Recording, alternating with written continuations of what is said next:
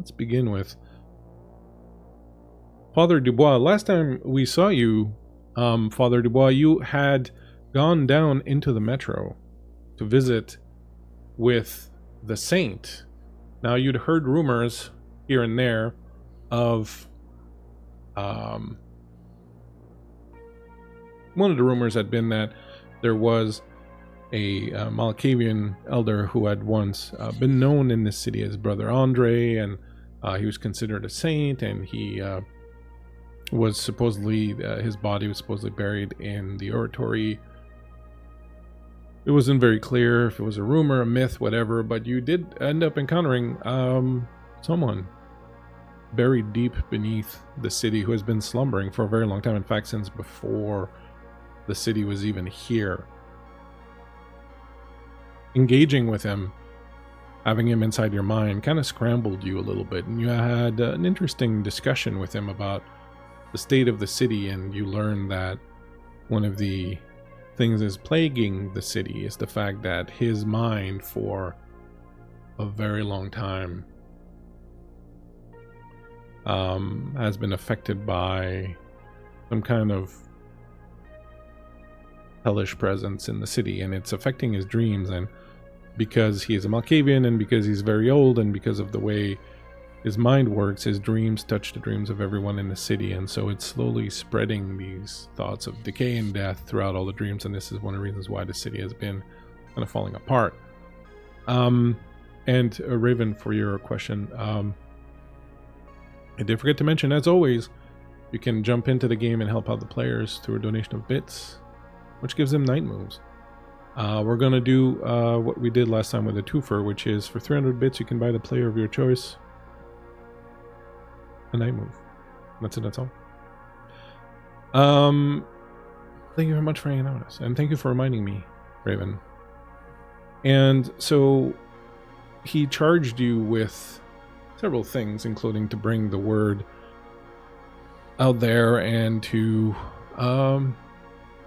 start doing the work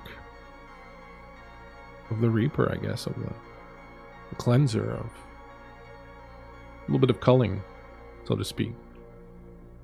However, trying to leave his cave was not an easy task, and you found yourself lost in the tunnels underneath the city, your mind reeling, still getting fragmented. And what's happening now, as you've been stumbling through these tunnels for God knows how long now, you've been wrestling with the fact that you're getting all these leftover images and memories from the saint in your mind. You're seeing these fragmented bits of his memories of things before the city was even here, when the city was first founded, of things that happened in the old country thousands and thousands of years ago, and you're seeing all these different things as if you had lived them, but of course it wasn't you, and now it's all kind of jumbling in your mind, and it's just kind of driving you even crazier. And you had a vision of some form of impending doom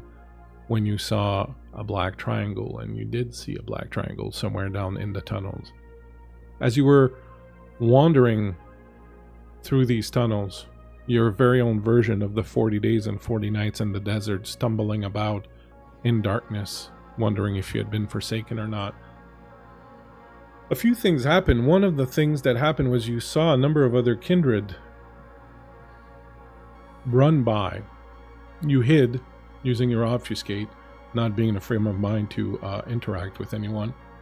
And you saw a group of kindred, one of whom you recognized, the Ventru Mod, whom you met at the Primogen meeting that one time, dressed in a cocktail dress with high heels.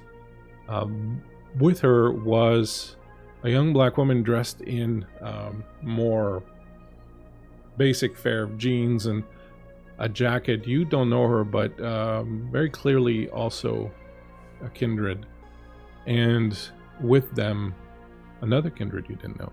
This one smelling a little older than the others. A tall man with a red beard and red hair, wearing a turtleneck and a suit. And all three of them apparently fleeing something or trying to escape from something. And not long after you saw them go by, you felt a tremor in the earth. Something shook the earth, and I would say the equivalent to a fairly medium to high level earthquake. The tunnels around you shook. Nothing fell or broke, but you hid for a while, and you waited till things calmed down. And then you continued moving. You've arrived now in what appears to be a fairly wide open old aqueduct system. You can see this room has vaulted ceilings, old stonework. There is almost kind of like a river bisecting it, but there is a canal of water that runs right down the middle of it. The water smells sludgy and sewagey. And as you step into the room and look around, you realize you're starting to calm down a little bit. The presence of the saint is fading. And how are you feeling at this point, having been kind of lost now for a while, and now that the presence of the saint in your head is sort of going away and you're regaining some of your faculties? What's going through your mind, Father? How long has it been? It's amazing how we don't actually sleep if we don't actually see the sun or know of its rising and falling. I could be awake forever down here. But that's not feasible. There's work to do. She's returning. And the weak must be culled. Yes. Yes, that's what we must do. We must prepare for her arrival, prepare for his as well. I will bring the word. And when I bring the word, she will be pleased. Yes, she will be pleased. And so will he. And maybe, just maybe, I'll be the last to die. As you say this last bit, you see movement across the way from you, across the canal, the little canal of water. Stepping out of one of the tunnels is someone who looks exactly like you. But whereas you're wearing a black habit with a white collar, he's wearing a white habit with a black collar. It looks otherwise exactly the same as you. And he approaches. I didn't see meeting you down here, Padre. Well, actually rather convenient to see my doppelganger next to a large body of water. Why is that? Because I'll drown you. Mm. What's been happening? I feel like someone pushed me away, pushed me aside. Well, you know, funny you should say that, because when you're in the presence of an almighty, truly powerful being, those things that are insignificant go away.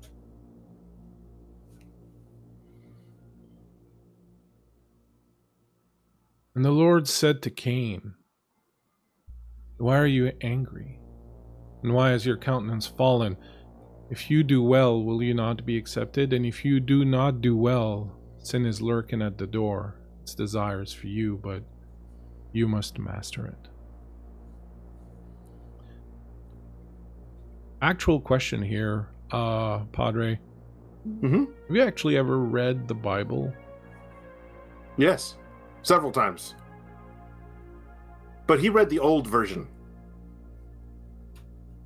The very old version. The very old version. This was him asking you that. It wasn't the GM. It was. Yeah, no. Okay. The very old version. I don't believe in this whole, New Testament. A kind, loving, benevolent God. No, we're all going to burn in a lake of fire. That's right, because we're not worthy. Well, actually, I take that back. He's not worthy of us anymore. But she is. Oh, yeah. Your other obsession. Obsession? Yeah. Coming from you, that's rich. You hear a cackling sound, and when you look, you see the gray nun is off in the corner somewhere, and she's got like a big sort of floral bed, and she's pruning flowers and is cackling as she's working along in this little floral garden.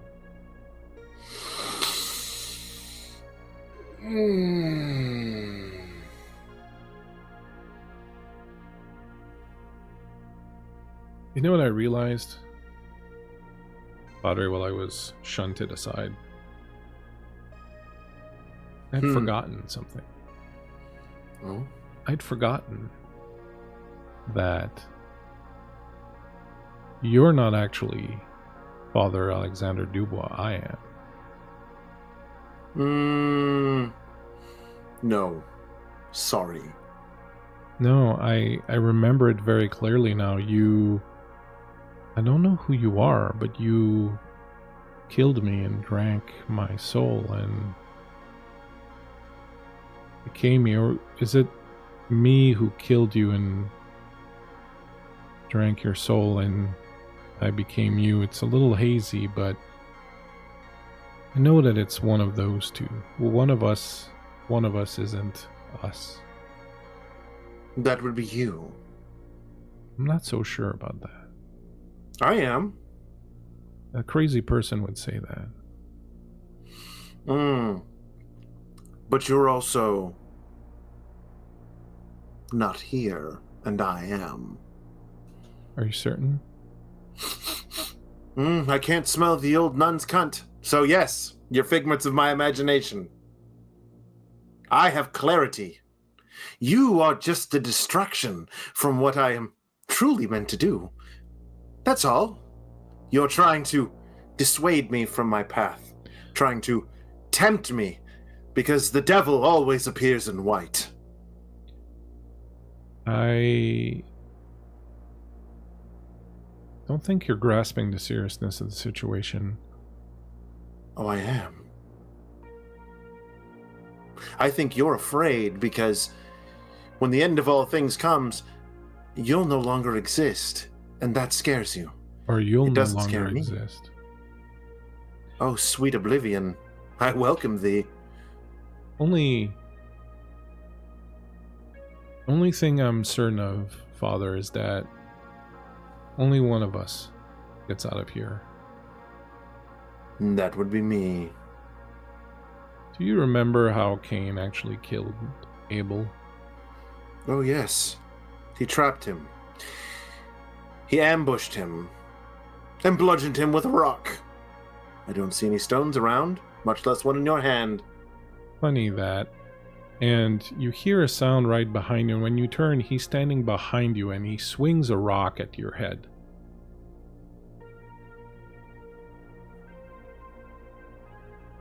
Are you going to attempt to dodge or parry, or you're just going to take it? How are you going to react to this? Oh, I will leap upon him and feast upon his throat. All right. Well, he's going to attempt very much to bludgeon you with this rock that he's holding.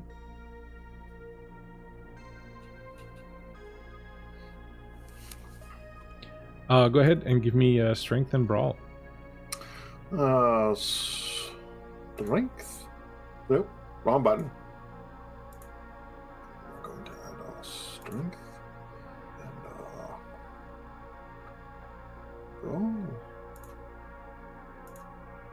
Alright, there we go. Ha ha! 3 successes with a critical. Oh, excellent. I have 4 successes. He bashes you upside the head with the rock. You take, what's my strength? Looking at your character sheet. 3 strength. You take 4 superficial damage as the rock smacks you upside the head, and you hear the old nun cackling as he climbs up on top of you, and the two of you begin to swing and claw and wrestle with each other. And as you're rolling around in the mud with yourself, Father, we cut over to the house of Tremere. Not the chantry itself, of course, but the home of Elise and Fletcher. Elise, you are a woman very much of your time. And once in a while, much like the people of your time, the people of the Gothic novels and the Victorian era, you get overtaken with a melancholy. You stay in your rooms, barely manage to do the most minimal things, and just lay on a divan and wallow looking at art and drinking wine and just generally feeling kind of gloomy and miserable, and you don't want to see anyone and you don't want to talk to anyone. And back in the day, the only one who could approach you was Faraday. Even Fletcher can't come to your rooms when you are, as he says, in the mood. You can hear the capital M when he says it. And it's been one of those stretches, few nights of wallowing in just gloom and just not feeling it. You woke up tonight a little bit more of perk, but just generally speaking, how is Elise feeling these days after having spent now a few nights sequestered in her chambers, just feeling herself, not feeling herself physically, but in her emotions? Well, how else does a girl cheer herself up? I believe Elise is... I imagine the mood's probably brought on by some feeling of hopelessness. She probably sat one evening and thought too long about Faraday and Maria, and those thoughts snowballed into something bigger, and then she started realizing that she didn't remember the taste of laudanum on her lips anymore, and that made her sad, and thinking of the Victorian era and all the nice little lovely things that came with it. But I think one of these periods of drawn out moods is, in the end, she always comes out the other side after having pondered her art and wallowing for days on end, remembering all the small, beautiful things in life. And I think she's trying to hold on to those few things. And she probably simply misses the face of Fletcher. When you do think of the more pleasurable things in life, those little few things, what do you think about? She thinks of art and beauty and love, all the highest tenets of life, in her opinion.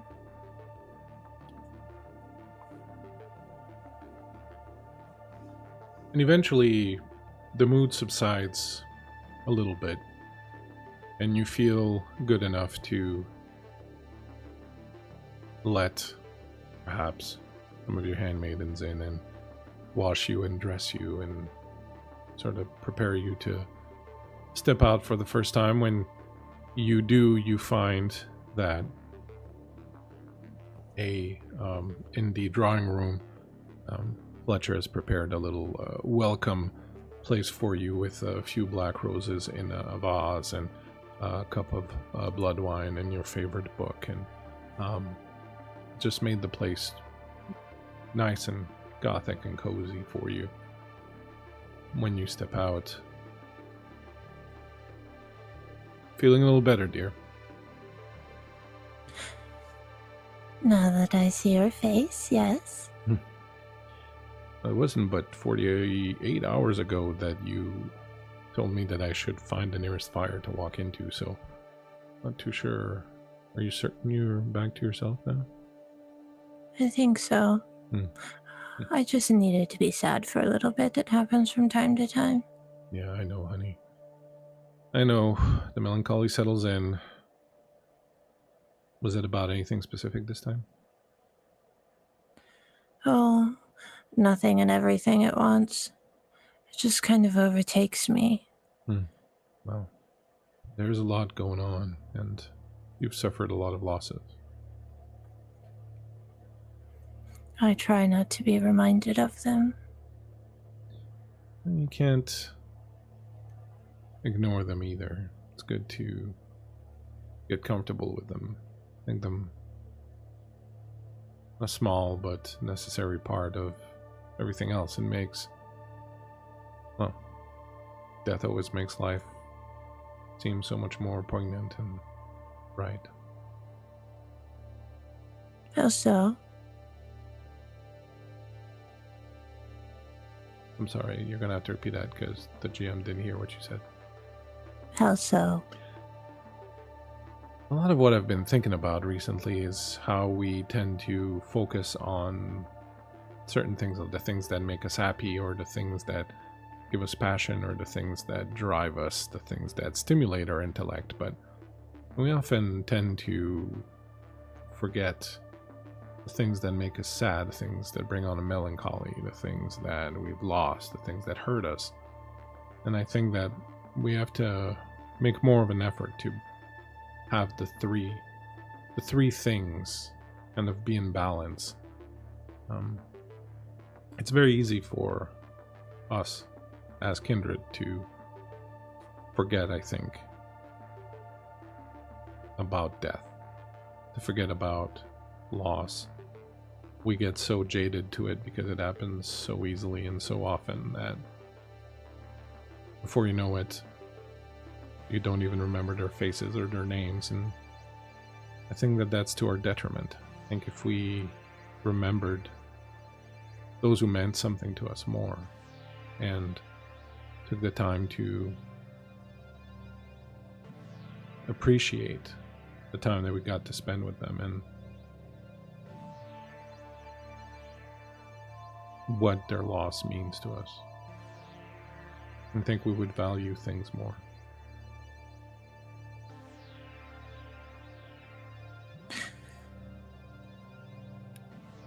I think I understand.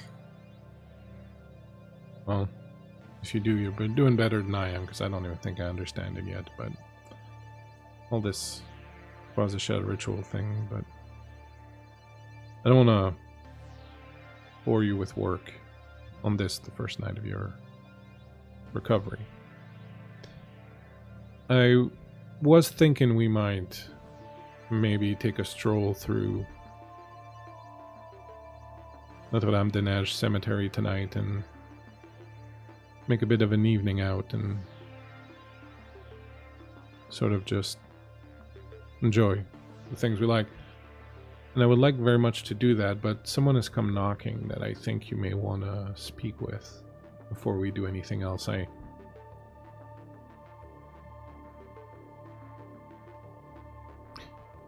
It's very strange. I think you should just meet them. A visitor for me. Do you feel up to it, dear?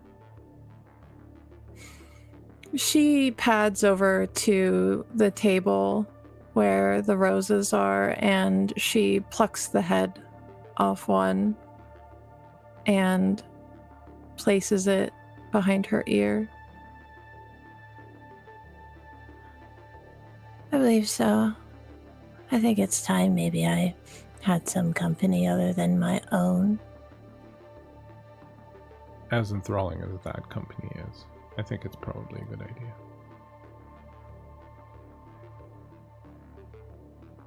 he goes over to the door. He opens the double doors that lead to the salon and he says, "She feels up to seeing you." Then this young man you've never seen before walks in. Immediately, you're confused because he's clearly human. You can smell it. You can hear his heartbeat. You can sense the warmth and the blood pumping through him. But you also get that sense that you get when you're near a vampire, and not in the sense of a ghoul, but very clearly a vampire. And he's a younger man with wearing a hoodie and just some baggy pants. He has tattoos and some dark hair, and he walks in and says, "Hi, Elise. It's been a little while since we talked." Do I know you? Fletcher says, "I believe this is Desmond." Does he?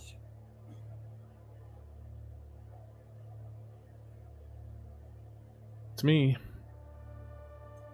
What happened? She very carefully approaches him, puts a hand on his cheek, looks into his eyes. When she looks into his eyes, does she see Desmond inside? When she looks into his eyes, why don't you go ahead and make me a intelligence and insight roll.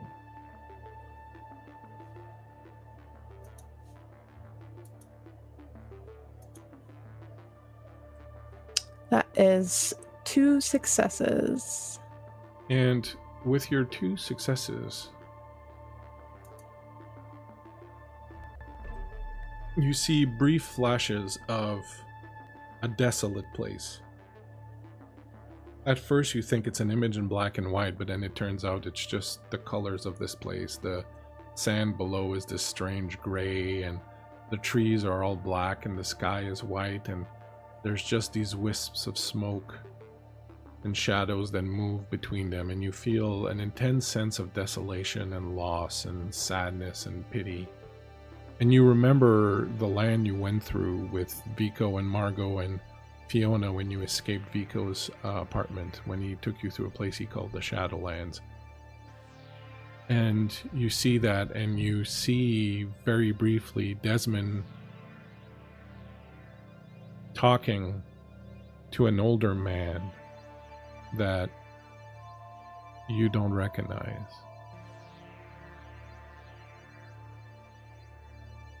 And then you hear and feel him take a deep breath and open his eyes and looking the way he does now. And he says, "The last time we saw each other was in the underground, in Prince Max's former throne room, when you helped me find Tristan. A lot has happened since then. Can we have a seat?" Of course. Perhaps we can move to my parlor. Wherever you wish. She'll lead him through the house to her sitting room. And as you head to the sitting room, we come back somewhere beneath the city, where in the mud, on the ground, 2 people who very much look like each other, except one is dressed in white, one in black, both bloodied, beaten, gashes on their foreheads, broken nose, teeth missing, blood dripping from everywhere, bruises, scratches, broken bones,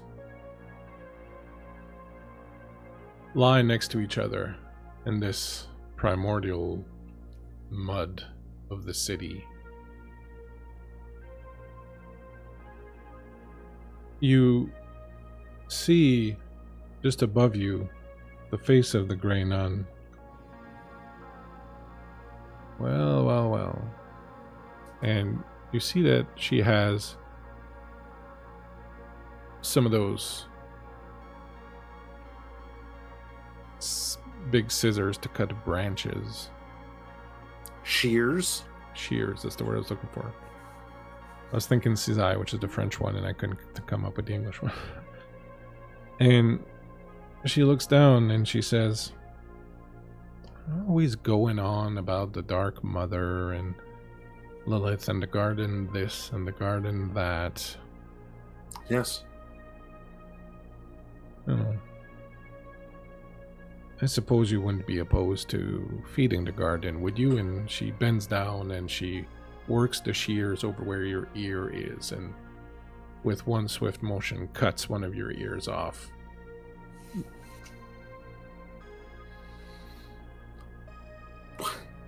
She turns and cackles and heads over to the garden and buries the ear into the ground.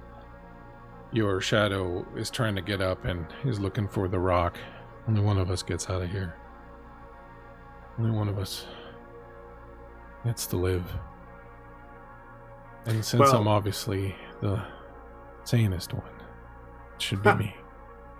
Well, last time I checked, Abel, you don't survive. I think you've got this backwards. I 100% grab him. I blood surge. I everything, and I drowned his ass in the fucking water that is there. He is going to grab you and blood surge and everything, and he's going to try to drown you. I bet he is. I bet he is. Drown you into the water. And this is what we're going to do. We're going to roll our strength and our brawl. And we blood surged. So first of all, let's do a rouse check. Am I just making it for both of us? I'll do it over here. I succeeded in my rouse check. I got 0 successes. Speaking of which, if you could, Elise, give me a rouse check also for when we return. And now we do another rouse check to see if that was a rouse check to rouse the blood. So you have blood potency of 4 now, which is a little off the charts, which is great. Shh, they're not supposed to know that. Well, they know you ate the nun. True. We're gonna add 4 dice, 4 regular dice. This roll. Do I add the 4 dice as well? Yeah, you rouse the blood works. It's just that you also gain a hunger, so. Yeah. Yep. Right.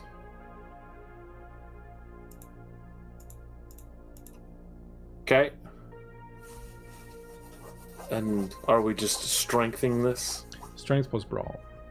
Plus the 4 brawl. dice.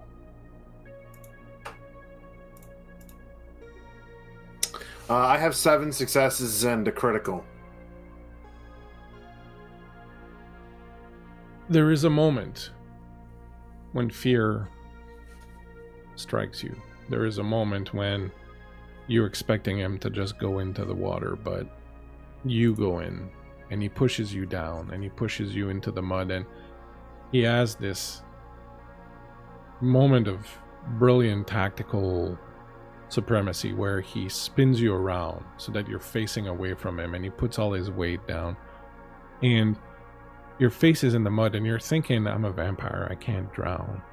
And then you start feeling your lungs burn and you start feeling the world darken around you, and his weight is on your back. And then you get really incensed about this. You get really pissed off about it. And you had way more successes than I did. So tell me, what do? You are face down in the water, in the mud. He's on your back, holding you down. What do you do? This is your mature content warning. Mature content warning. Send the children out of the room, send the doggos out of the room, and plug your ears. I think that he throws his body weight over to where he is basically rolling in such a way that it puts the other guy, the other version of himself, on his back. And in that rage, in that pure brutality, channeling Cain through him, he rips the head off of the white-robed individual and skull fucks it in front of the nun.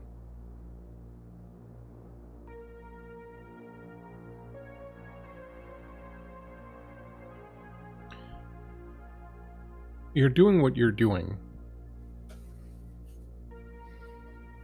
The nun stops what she's doing. Watches you. And after a moment, says,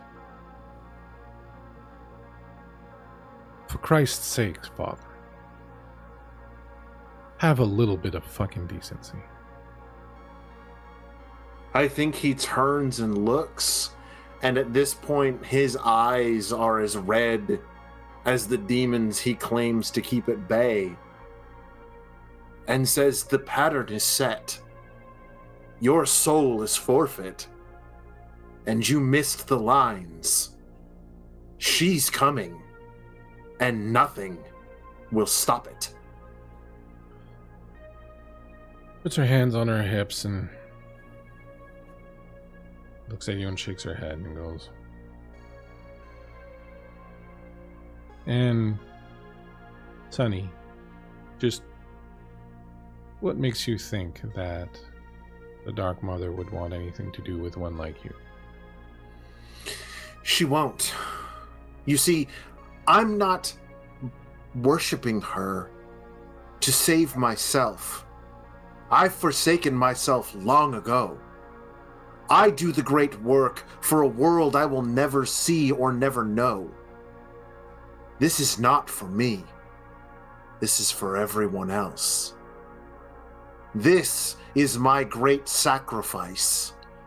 This is my martyrdom. I die in the end. But I will have all the fun getting there. You used to be such a sweet boy. Yes, I was.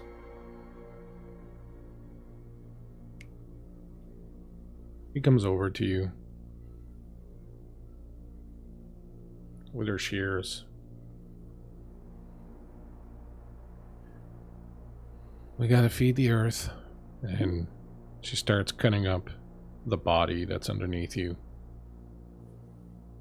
You watch as she does, and as she does, you notice that as you're pulling yourself out of the little canal of water and lying down on the bank, I don't know if the head is still attached to your member or not, but either way, the mud and the dirt is starting to dry, and it's turning this kind of mottled gray.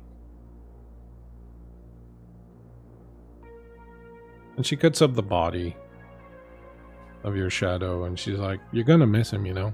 You can't have someone in your head like this for so long and then just kill them and then just go on like nothing happened." That's the beauty of it. I found someone better. Someone wiser. And more importantly, someone who doesn't leave evidence behind. And he just stares at the Grey Nun. He was sloppy, and I had to clean it up. You know that means you were sloppy, right? No, he was sloppy. Well, All I know is when you came to me and you killed me and you ate me, it was you. In your eyes, it was never anybody else.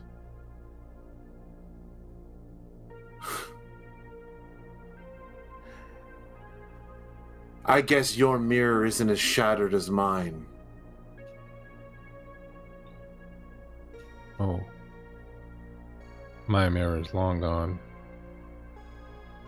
I give up on all that. But this new one you say, this new friend you've made, that's sitting in your head, that's wise. You understand that you can never...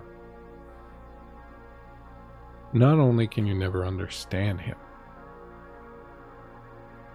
he is, every minute that goes on since you've met him, slowly destroying you from the inside.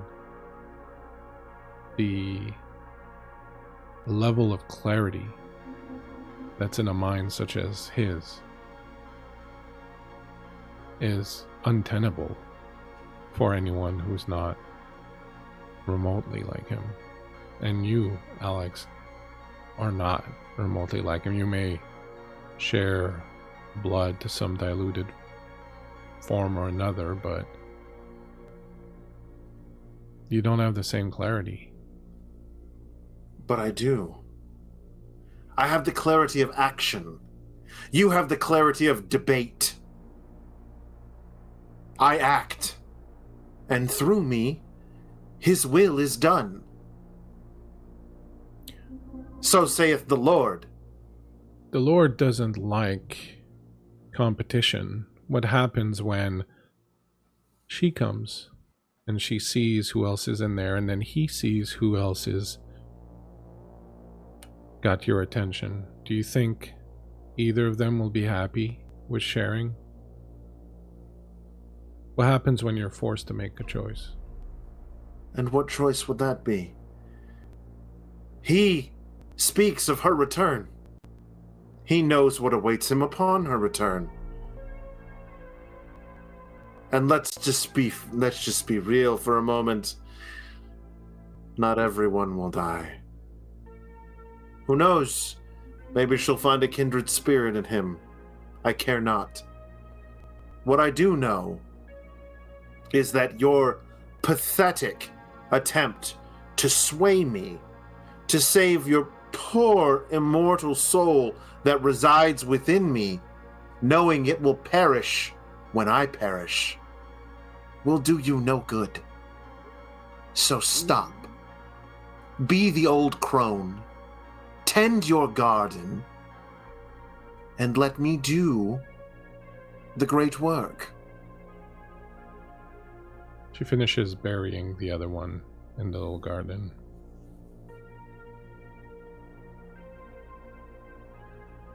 I'm not trying to save my soul, Alex. My soul is gone.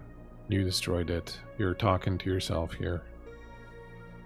I'm just that last little bit of you that clings on to a certain amount of sanity, I guess, that is trying to warn you of something you know, that when you become the pawn in the game played by beings such as they, you never ever understand the game. You never have a chance. And I would say one last thing. If I was Lilith, which I'm not, I'm a lot better looking, but if I was Lilith,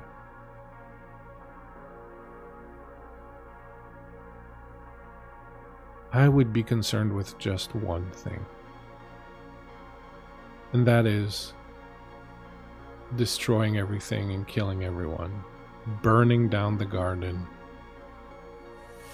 so that I might be alone in it and enjoy peace for the first time in my life.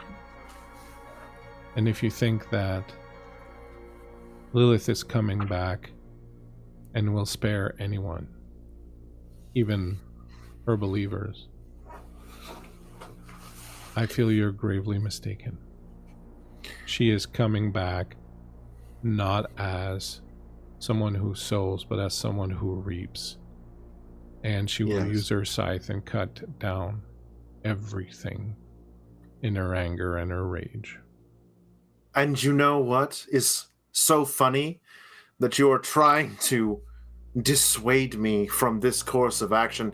She is doing nothing more than God did, with his floods, wiping away the sins of old to repopulate the world anew, with a man and his family in a boat full of animals. No, she is no different than he, and he had his shot. Maybe she'll do a better job. Maybe.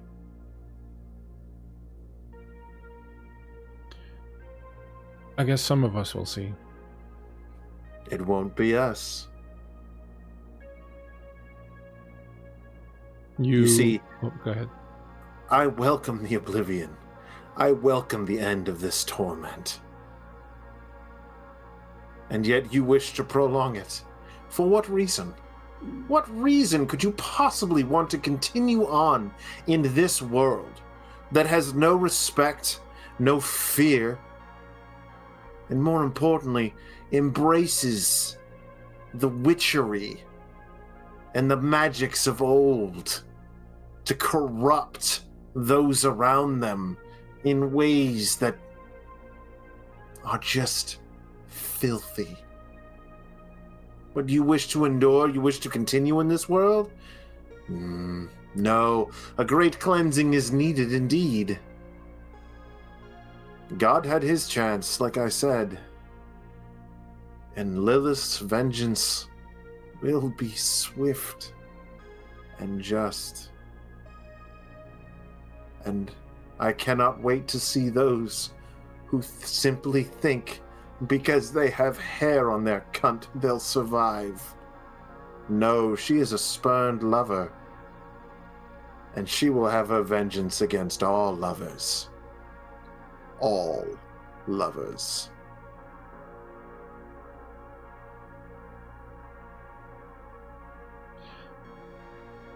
Well then, she pats the little mound, puts away the shears. I guess that's that then. Tea time tomorrow at 4? No, I think I'm done here. Oh. Okay. And you are alone in this cistern, this aqueduct, this space in the aqueduct, covered in dried mud and sitting on the banks of this little water stream, and you can see somewhere off in the distance a light. You get the sense that there's a stairwell perhaps or something like that that leads up. Why is it so quiet? Hello? Hello?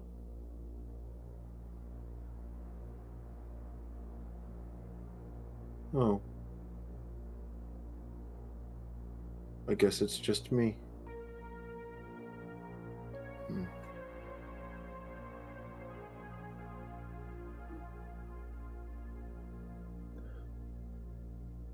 Back in Elise's rooms, you have garnered things to drink.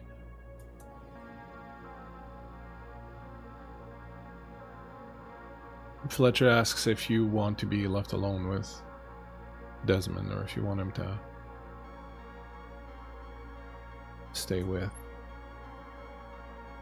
She looks to Desmond. I have nothing to hide. I assume that anything I say to Elise makes its way back to Fletcher in any case, so we may as well cut to the chase. And you can stay.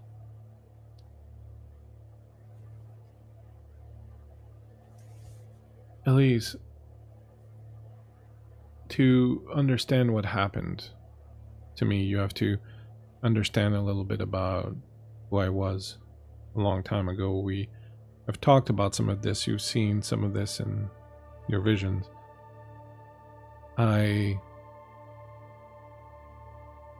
was once Aidan Joseph. I was a priest who came from Ireland. I encountered Rinaldo Toisachel here in Montreal in 1750. I became a disciple of his, even though I was a man of the cloth. His approach to magic and to philosophy drew me in. Me and several others, as you know now. Colome was one of them. In 1755,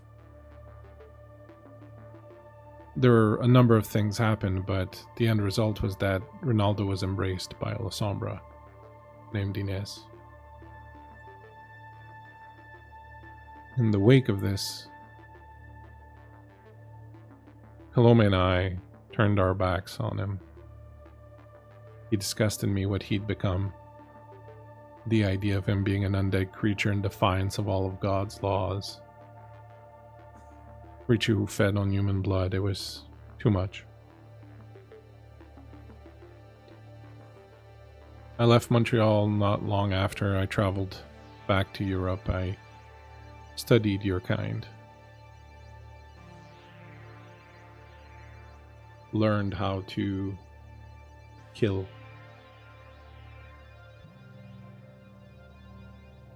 Learned their secrets. In time I found myself at the Vatican, and I helped others learn, and we eventually formed something called Claudia's Day, the Sword of God, and it was a group of priests specially trained in holy magic, whose sole purpose was to destroy supernatural creatures, primarily vampires.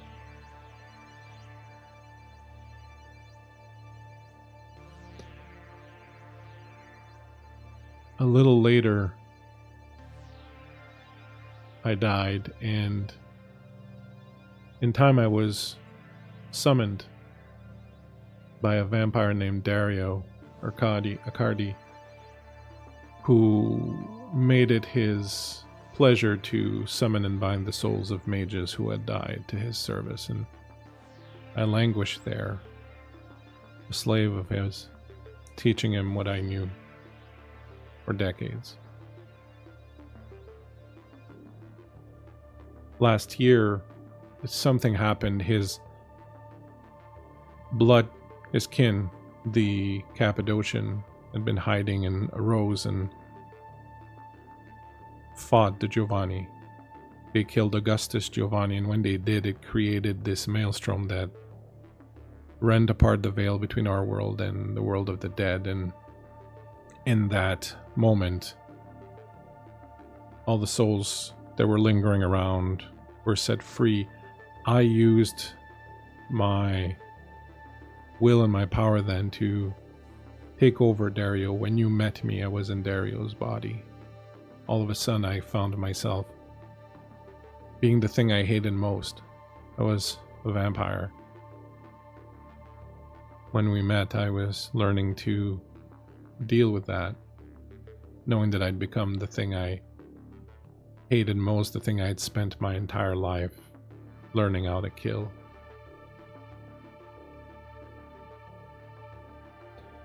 And being with you and some of the others these past few months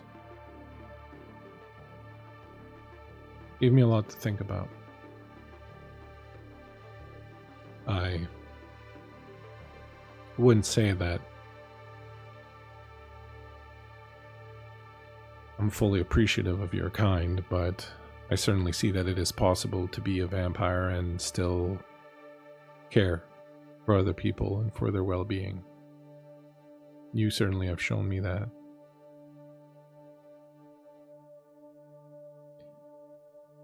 When you last saw me, when we rescued Tristan, it wasn't me, it was Dario. He'd reclaimed his body and I was lost in the Shadowlands. We made a deal that he would find a new body for me, and he did. This one. It's another twist of irony because this body I'm in was created by a vampire who had been affected by the drug the hunters called Aegis used that thins the blood. And the vampires created by those whose blood has been thin have even thinner blood, and I appear to be one of them. I'm neither human nor kindred. I can go in the sun.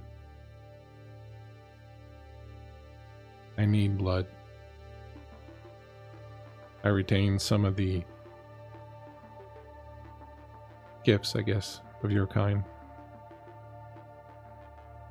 But my blood is thinner.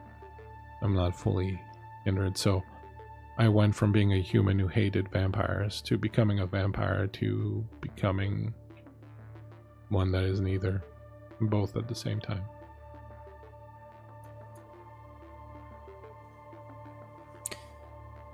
And where is your darling Tristan? Tristan was taken over for a while. He handled a book by Calome that warped his mind. He became the killer that you knew as l'enfant terrible. Was it Calome that did this to him? But she's done it to several others. He was l'enfant terrible several years ago, and he had, after a certain amount of time passed and the book returned to Calome, he stopped. And somebody else became l'enfant terrible. It's like a mantle that gets passed around. Margot killed one, but there's still another running around. I considered taking Tristan's body and becoming human again. But I care for him too much, and I wouldn't be able to live with myself if I did that. What a tragedy that would have been. So he lives still then? He lives. He was in Fiona's care for a while, but he escaped. And I don't know exactly where he is. Do you think that Calome still has her clothes inside of him? No. I think possession of that book is what does it. It's passed on to somebody else now, and while he retains memory of it and the trauma from it, he is no longer driven to perform as this creature. Well,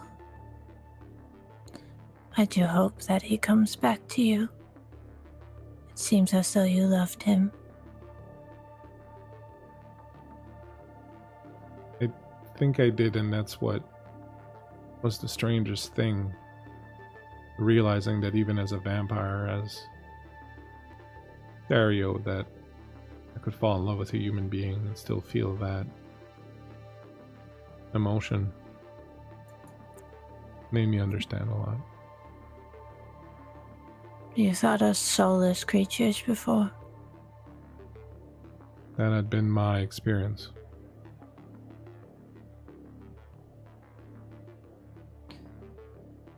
What do you know of Calome? Calome was Ronaldo's lover. She was the most brilliant, accomplished mage in all of our circle.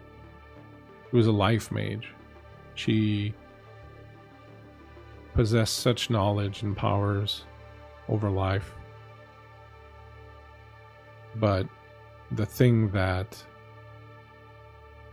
they tried to cleanse that night in 1755 is a thing called a call. It is a hole, a portal to a place that is essentially hell, and it poisons everything that it comes in contact with. The pyramid, I believe, is built right over it.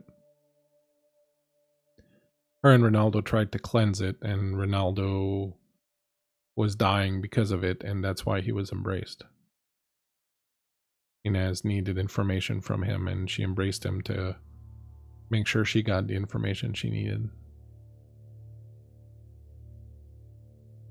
After we turned our backs on Ronaldo, Salome became obsessed with the call, trying to cleanse it, trying to close it. And it drove her mad, and in the end, she attempted a ritual to destroy it, but was instead absorbed by it. Her body disappeared, but her soul stayed trapped in hell for hundreds of years, centuries, until I believe it was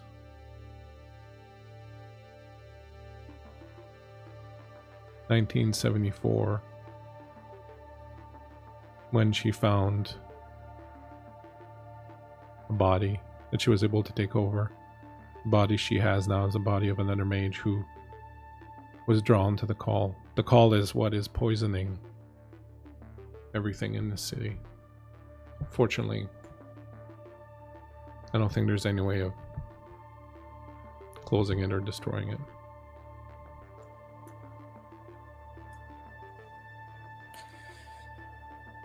Salome came to me in a dream and she told me that she betrayed Toazisha. Betrayed his goals.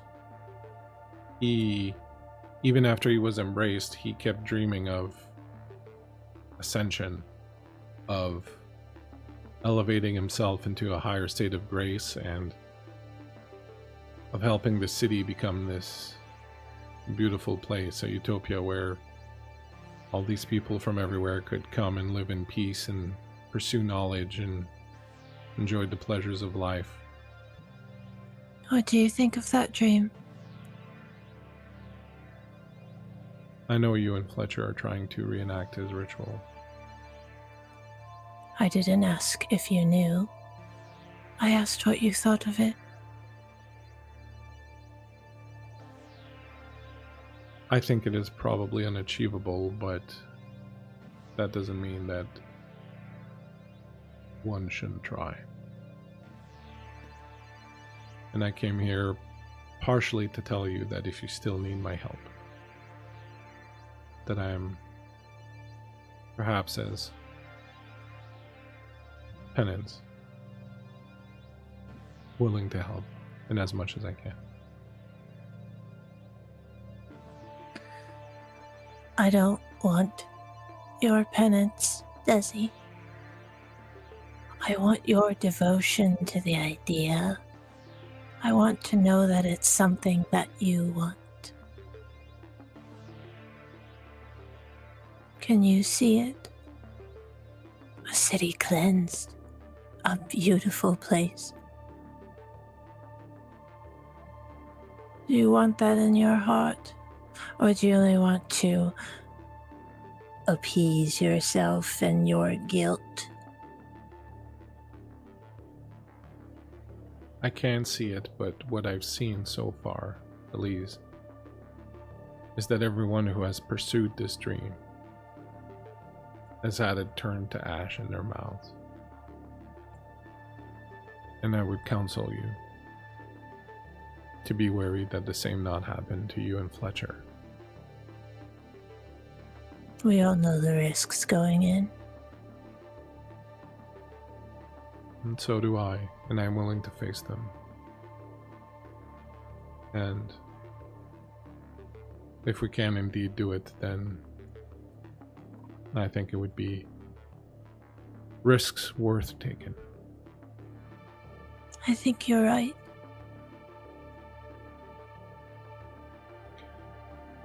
However, I also came to tell you about something else. There's more. The group Go I on, founded, then. Gladius Day, are in the city, a group of priests in the oratory. I believe they're the ones who assaulted you and killed Maria. I was going to ask you. It's good to know my suspicions are correct. If they're here, it is because they're on the hunt now. They won't be like Aegis. They won't commit to big, bold actions. They are going to be surgical. They are going to target specific influential vampires first. They will target anyone with occult knowledge. They will target anyone with connections to the church. They will cleanse their own house first. And they will be methodical. And they will be, for all intents and purposes, unstoppable. Their power comes directly from a source of light that is beyond my understanding, but at least they can summon sunlight, as you saw. They will come for Fletcher and for you. They will come for others of influence in the city. They will isolate you and they will target you and they will destroy you. Unless you find a way to act first. And do you have a plan? A suggestion? I know how they operate. I can give you that information and I can help coordinate things. But we need to know where they are and what state of readiness they're in and how many of them they are. We need someone connected to the church. I don't know anyone. All my connections are long gone. If you know anyone who has influence in the church, one, it would be good to... Sorry, go ahead. She looks up to Fletcher. Fletcher's like, oh, Christ. Don't say that name in our house, darling. I was just hoping to be struck down because the thought of having to go and ask Il Padre for any sort of help. I wonder what little Alex is up to. He's probably diddling little boys in his confessional. Tugging at that chain on his leg. Well, unfortunately, Desi, we do know a priest.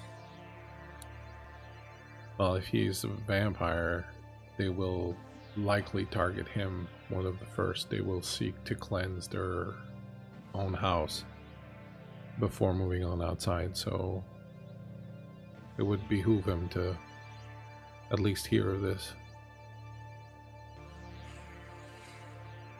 Well, we'd have to find him.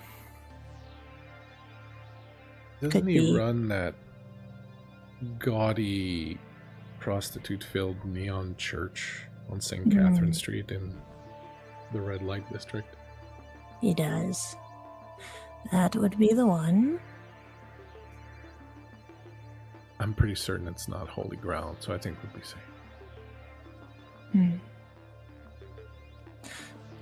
Correct. Who knows what kind of horrible things go inside that building? He looks to Desmond and says, I was there, of course, when Elise was attacked by them, and when Maria was killed.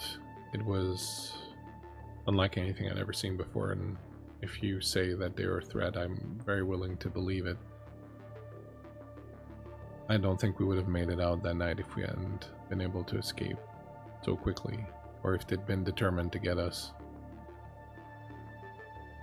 How many of them do you think there are? Desmond says, could be just the one. More than likely there's 5 or 6 of them. The good news is that there's probably not that many more of that in the world, so that will be most of what they have. There will be no reinforcements. You have to understand, though, it's been a while since I've been involved with them, but I wrote the manual. Look for priests with red books. They tend to carry red Bibles around as their symbol of office.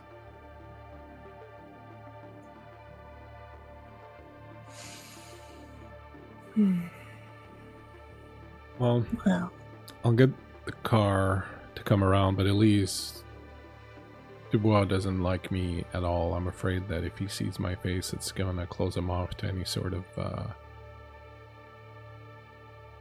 potential allyship I think if I go, it's best if I stay behind. You have a better I think chance. you're right. Unfortunately, he does always get a bit tense around you. You guys have some sort of thing. Yeah, I think he...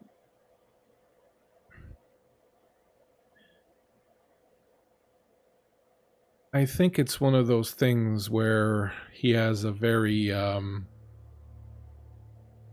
priestly desire for the Madonna, and that in some way, shape, or form you embody that ideal, and I think that the fact that he can't have you is what drives him mad. It's always the ego. Well, He seemed obsessed with you before. I don't know if that's changed, but... I guess we'll find out. Perhaps coming on good terms and warning him that he's at potential risk maybe will help our cause. It's insane enough to, like, work with them, though, so be careful when you approach him. Of course. We go along, Desmond? Yeah, of course I'll go with Elise. I hope my state of being near human doesn't offend him. Yeah.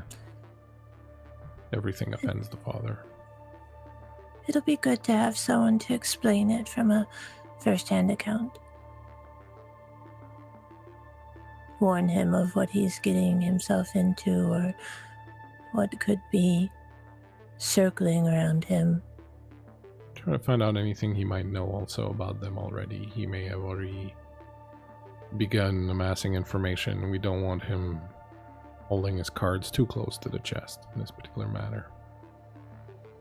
Do you really think that the Gladius Dare would be working with him? She's saying this to Desmond. No, they would never ally with a vampire. I'm certain that he's number one at the top of their list, as would any other vampires that are associated with the church here. So, but he may know who they are, and he may have been keeping tabs on them if he has influence in the church. Well then, we probably shouldn't waste time. I'll give the card, darling.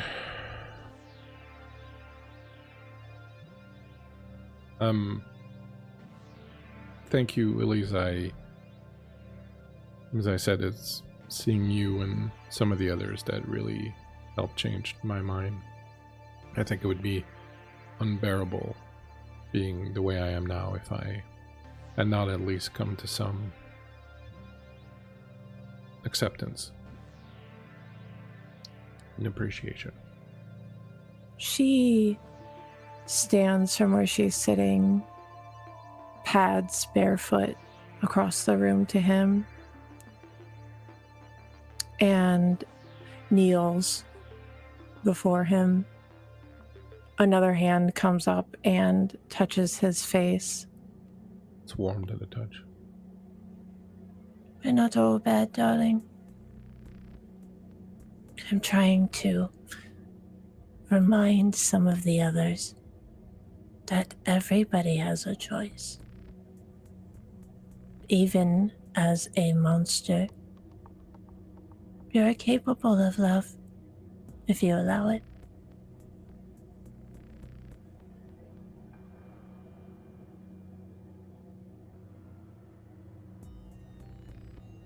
Life's just constantly full of surprises, isn't it? It is. But we have a duty, a job to do. And no matter what happens from now until then, I will give it my all. And I'm glad to have you here at my side as I do so. I'll do the same. I'll do the same. And she'll lean up and place a kiss on his cheek. chast. Mm-hmm. Before she stands and follows Fletcher out the room. And as a lot of you prepare to go try and find the preacher, where is the preacher? What is happening with our good friend the preacher in this moment, as you have finally found a way out of this tunnel and are standing in old Montreal at the exit of a sewer gate? I feel the inspiration for a sermon.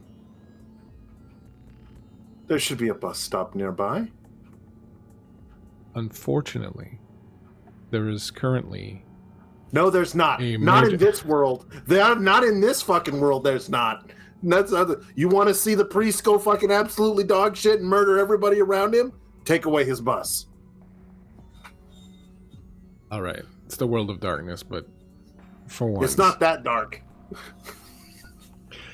You find yourself on a crowded bus with no one wanting to be anywhere near you. You're sitting in the back and everyone has moved to the front just from the general odor that is emanating from your clothes and that look in your eyes. And everyone is standing up at the front, all bunched up and kind of stealing glances at the mad, mud-covered Prophet of Doom that sits in the back. I am going to utilize awe. Aww. Aw. They, after a while, get used to your presence and That's for Realizing- success. They fucking love me. realizing that your charisma shining through. Hey DKMC RPGs, thank you for the raid. We appreciate you coming in, playing some Vampire the Masquerade. It's a little bit dark out here, so please take that into consideration as you decide whether or not to hang out with us. But if you do, pull up a seat and enjoy playing some vampires. Eventually they come back and sort of sit around and they start putting money in an old paper cup and passing it around, and they hand it to you, and someone offers you his jacket, and somebody else offers you a half-eating ham sandwich. And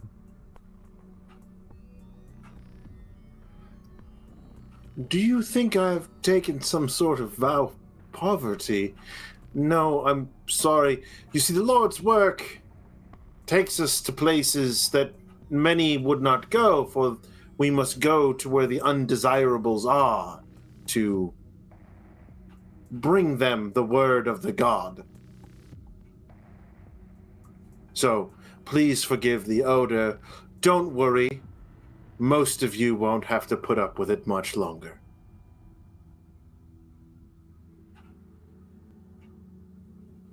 where do you go? What do you do?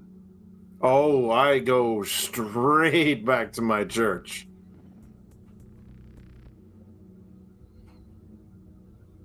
I go straight back to my church and greet and meet everyone with a joyfulness, a bountiful expression of happiness, as though he knows there is something coming, and tells everyone a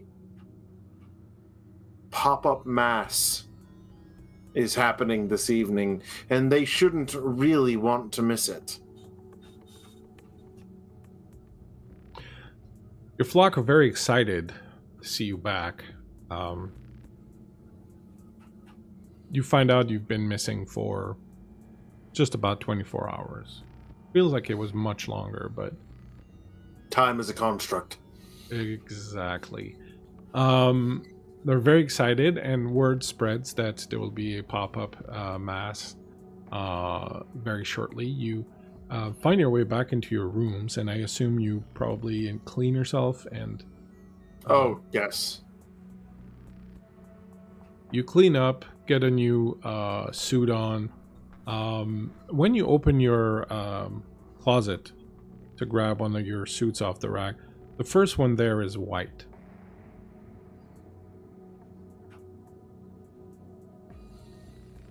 Damn it, Bleak, I don't have a costume change. There are black ones behind it. I think he smiles. The white one will do.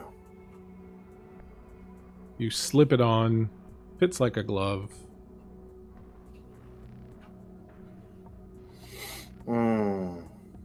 I think he goes over and you realize you're pretty hungry, I would say, also at this point. I know that we've lost the Ross check earlier, but it's been a little while. A lot has gone on, so you're probably a little long in the tooth there.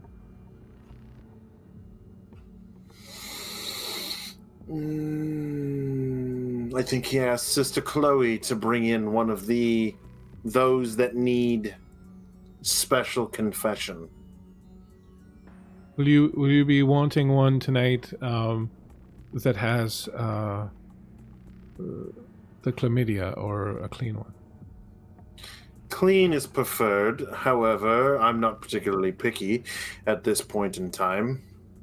Very well, Father. It will bring you someone in dire need of the good word. I think he takes this one back, though. He takes this one back to his office, right? Not to the confessional chambers or anything along those lines. And he asks her, what is it that she needs to be forgiven for? Well, you know, Father, it's very difficult these days out there, and, well, you know, I never wanted to be doing the things I'm doing, and, well, not that I think that they're particularly wrong. They're kind of enjoyable sometimes, but, you know, I was raised a proper good Catholic girl, and sometimes even when I find enjoyment in the sinning, afterwards I am gnawed with guilt. And so I find it difficult, because if I don't do these things, I don't get to eat. And I can't pay rent, but if I do them, then I feel bad about them. And so I guess if, you know, you could just sort of wipe away the stain of the sin, at least I could, you know. I have two questions for you. One, do you want me to take this guilt away from you? Yes, Father, I would like that very much. And two, are you using the loophole? I'm sorry? Are you using the loophole? Oh, I'm using all holes. It's the only way to make good bang these days. Come to me, my child. I shall take away your guilt. He starts to undress. No. Keep your clothes on. Oh, I thought when you said I just like, misunderstood. As she's stammering, right? He just rips out her fucking throat and feasts on her. And as you're doing that, the door opens and the sister comes in and goes, Father, such a messy eater sometimes. I'll get the mop. And she turns around and she leaves. And I do kill her to remove all hunger. Right. You will get a stain. Will I? Yeah. You have humanity left. You will get a stain. You're not losing a humanity, but you're getting a stain. Fair enough. And you can slake all your hunger. Yep. And he'll like literally as he's done, he'll look down and he'll just be like, guilt removed. The suit's no longer white. I think he just he doesn't even bother to take it off. He just rips it off, drops it on her corpse, and then goes and gets a black one and this one just feels better. The sister comes back in and she's got a mop and bucket and she goes, I'll get the bleach. She leaves. Why? Yeah. I think he goes and he collects his books. He collects his Old Testament circa 1877. And next to that is his red book. Picks that up. What does he do? You are sated. You are filled. You've saved a soul. I think he goes out to his pulpit. He's straight up, like he goes out and he just waits for people to come in. You don't hear anything in your head.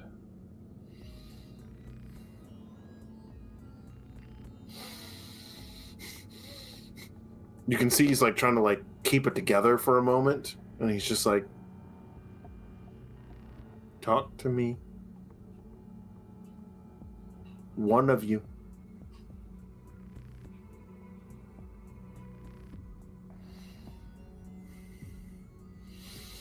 I think he reaches out for the saint. You reach out for the saint, and your mind is hurled back to around 3500 BC. You are standing on the shores of either the Tigris or the Euphrates. You're not too sure, but you're watching this immense construction, city of Ur, standing there. You've never seen anything quite like it. It's unlike anything else in the world. There are so many people, it's so big, it's so massive, and it doesn't move.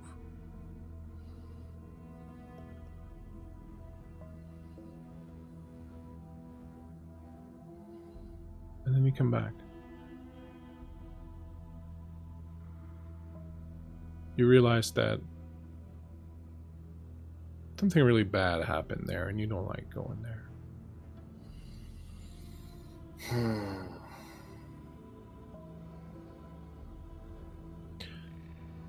You walk into your church. Your footsteps echo in the empty hall, much like your thoughts are currently echoing in your empty head, devoid of other voices. There's only one person present. You see the back of the head of an older gentleman sitting in the front pew.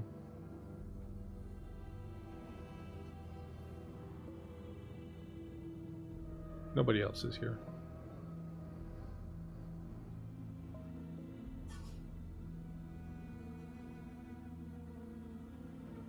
My flock has abandoned me and all that I have done for them. Why is this so?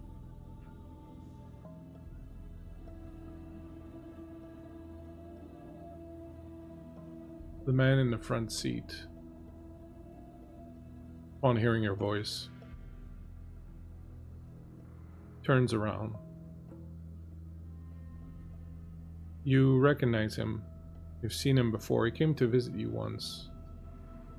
And you saw him again a little later at the oratory.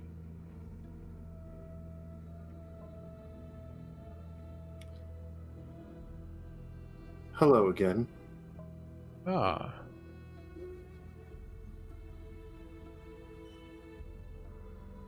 Father Dubois. Pleasure to see you.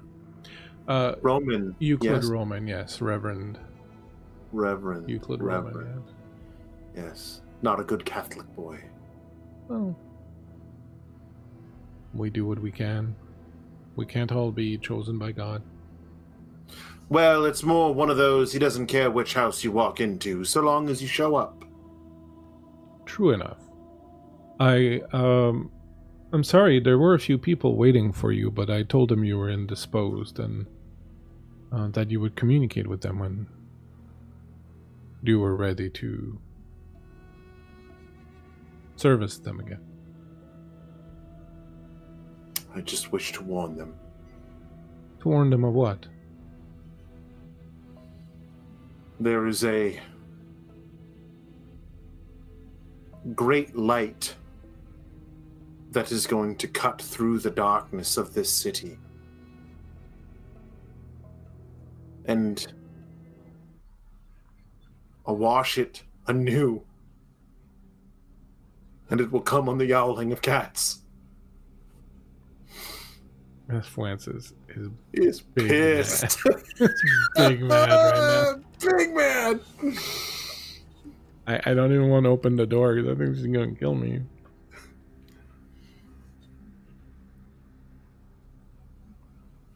Right. Balance has returned. And I feel that they should be given ample opportunity to repent and find their way to embrace that light. A light, you say? Yes. The light of God, obviously. Is there any other? Well, I'm certain some other people think so. No, there is only but one light that we must follow.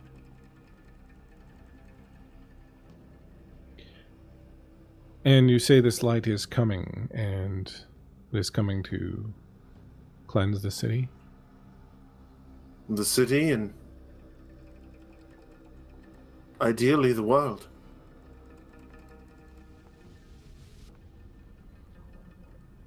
And I am its prophet. I am its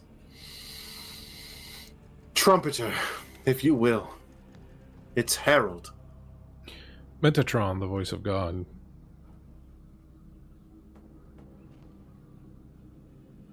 I'm just anatomically correct. Very Old Testament of you. And taking you for a purist. This belief that a godlike being would be benevolent and loving never truly sat well with me. If a god can create, a god can destroy just as easily, why would it instantly love what it has created? And might choose to, if it was benevolent enough, as we know God to be. Yes, but God also cleansed the world several times. And you think we're due for another flood? In a manner of speaking, yes. And you are here to announce said flood. While their flesh may leave this world, their souls are what's truly important, and that's what must be prepared. As you can see, look around you. Whores, drug dealers, vagabonds, undesirables. This is my congregation. This is who we preach to. These are the ones that truly need saving. And I just wish for my flock to be saved, at least in the spiritual sense. Surely, Reverend, you can appreciate that even in your own, well, denomination. I strongly believe that every soul can be saved. I think some just require a little bit more light. Some. And I think as he does, like, he sets his large Bible down, but he does in such a way that the small red book is noticeable and sitting atop of it. We are all instruments of God.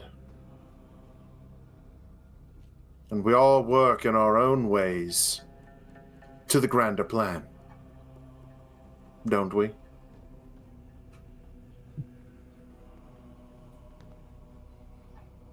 In some way, I guess we does.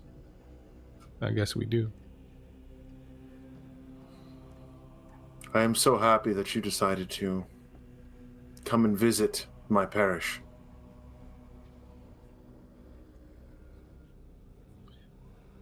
I heard so much about this church.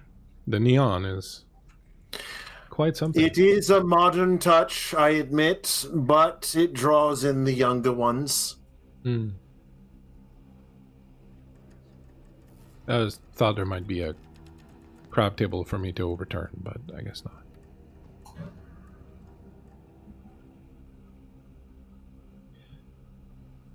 Well, Father, I'll leave you to it. I hope that you can take solace in your own words, that the soul of even the most desolate of beings can still be saved and commended to God if purified adequately. That is an interesting word you use, purification. Also, we, as beings who walk this earth, believe that we have the power to purify one's soul and the souls of others. However, only God can judge those souls.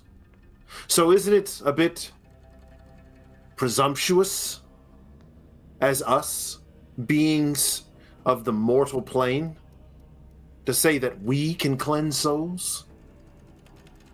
That we can wipe away those stains, and in doing so, stain ourselves?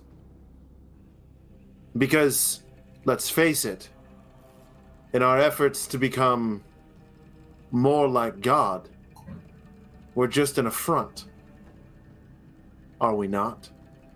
Because isn't he the one who said, "You shall worship no others before me"? But here we are, being worshipped, acting like gods, when we in fact, each and every one of us, are a part of his plan, are we not?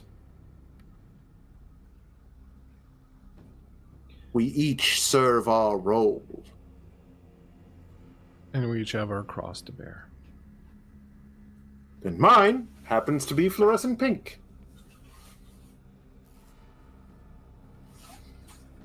Indeed. Bold choice, bold choice. I'm told that it's quite skibbity. Not quite familiar with that term, but I'll take your word for it. I don't want to hold you from your flock much longer. I appreciate the time you've given me, and Was there something you needed? Was there I'm sorry, I was kind of rambling. I kind of got caught up in the moment. Was there something you needed? Something I could answer for you, or something along those lines? Or did you just happen to decide to come down from the oratory and grace me with your presence, accepting that open invitation I had given you? Mm-hmm. No, I simply wanted to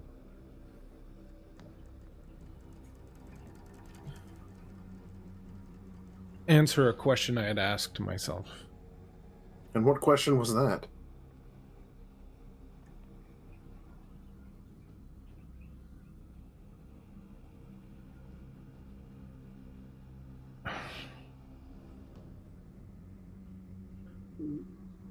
Father Dubois,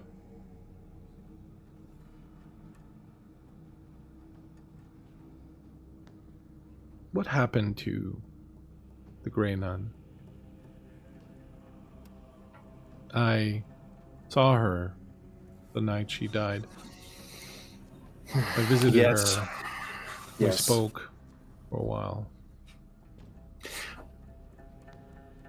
I am afraid to tell you, for simply I do not think you will believe me. Well, you could say that I have a facility with taking things on faith. Many of the things that we believe and encounter are anecdotal. Many don't seem to understand that demons are simply misaligned humors. But I have come to understand that there are real demons in this world. There are real witches. And I don't mean those girls we burned so many years ago. Well, I mean wasn't real there, ones. but- Real ones. I've seen things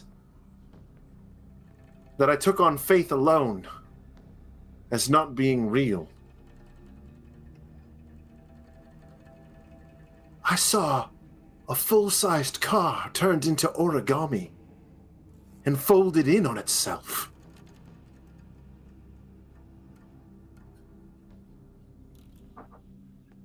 I've seen monsters in alleyways feeding on innocence.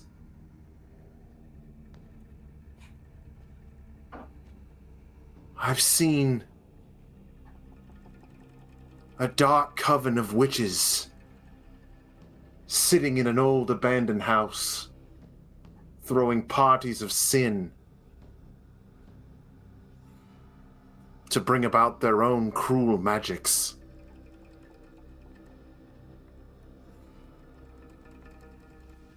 I myself have questioned whether or not to call upon the sword of Gabriel.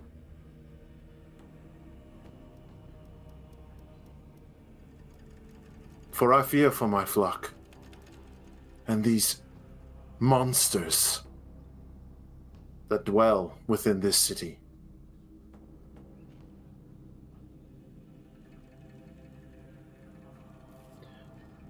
Monsters, you say, Father? Yes. Unnatural things. Things that should not be.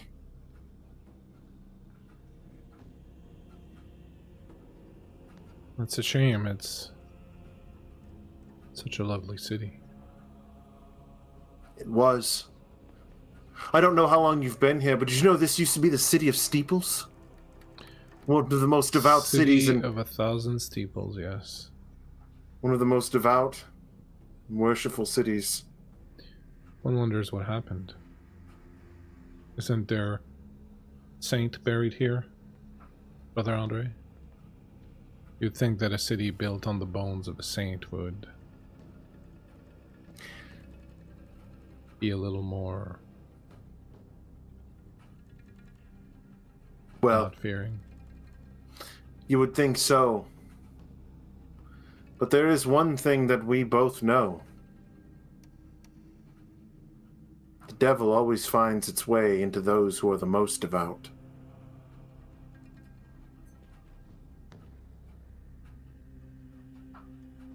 And that is why, Father, it was good to clean one's house before casting rocks at others.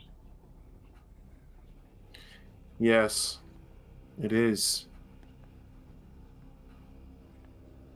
But the downside to always cleaning one's house first is sometimes you throw away something you will need. That's why I was a firm believer on work from the outside in.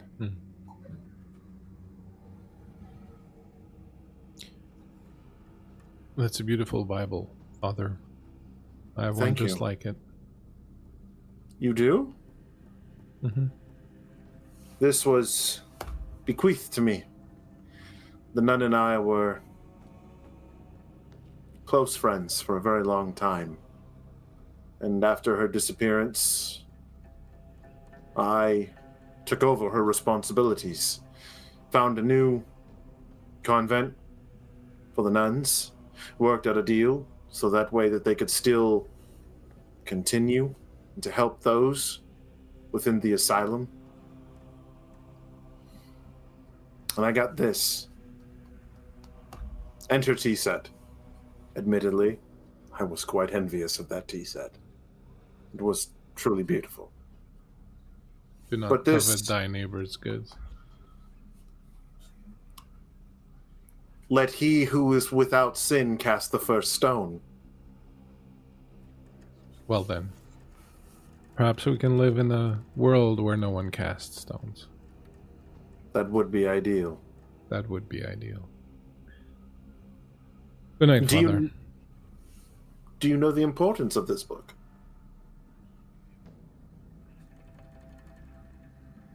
I believe I do. What is it? It's a peculiar...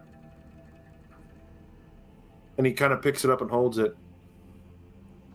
I've never seen them in red.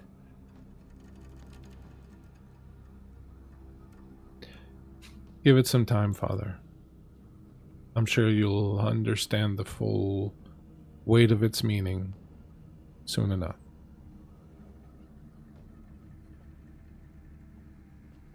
Peace be upon you, Reverend.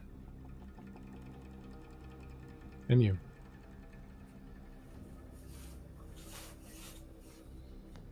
He turns and he leaves.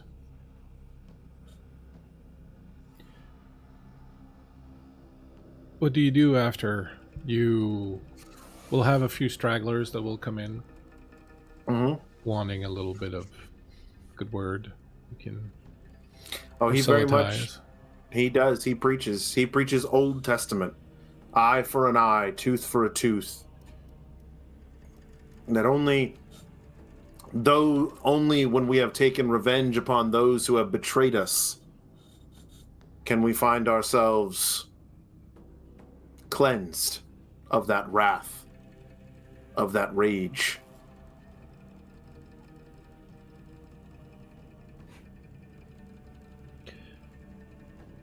Meanwhile, outside,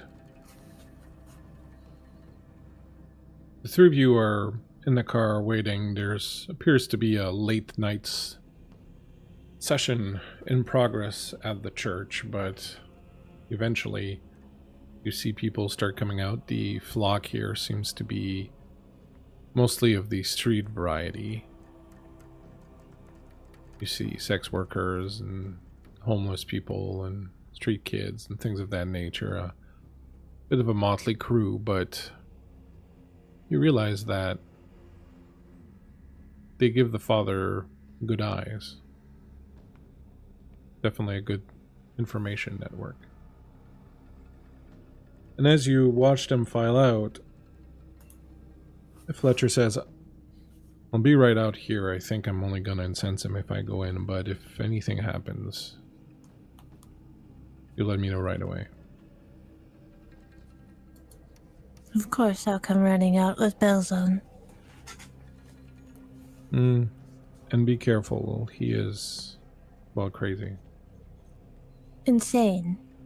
Therefore dangerous. I'll give a call to Adelaide, the Primogen of the Malkavian, while you're in there, just to touch base and let him know that we're meeting in case anything happens. Probably best safe than sorry. You know, and some people call me insane. Well, that's because they don't know you like I know you. Gives you a kiss on the forehead. Do be careful, dear. Always. Take good care of our friend here. He's a little fragile. She looks to Desmond. Desmond's like, I got some game. Shall we then? The two of you step out, walk up the steps. This garishly lit neon church of the fathers is an assault on the senses. It has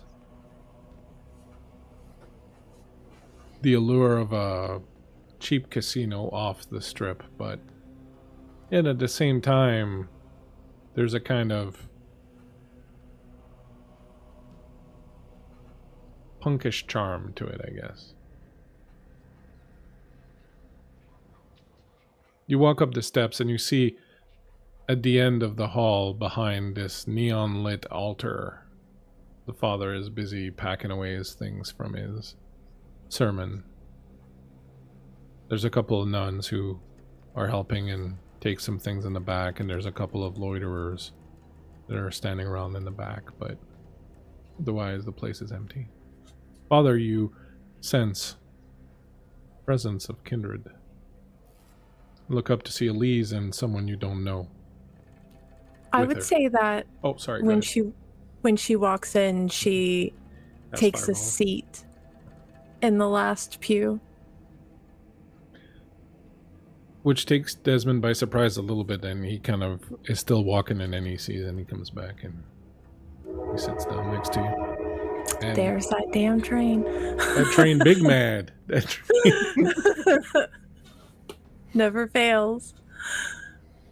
Between the train and the cat.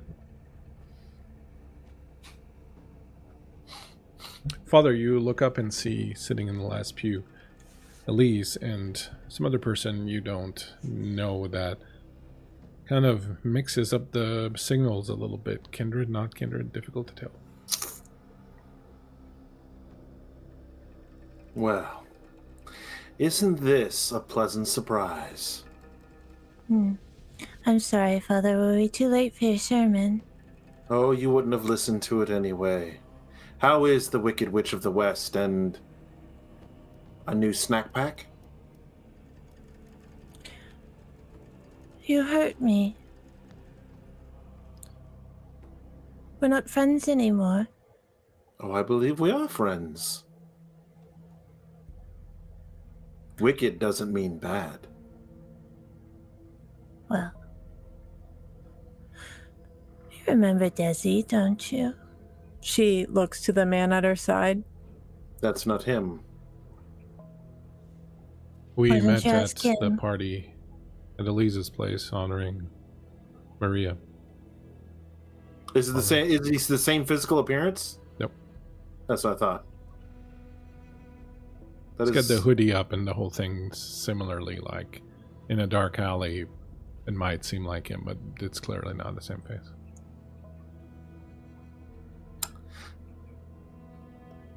Things change. They sure do. Where's your handler? As he looks over at Elise.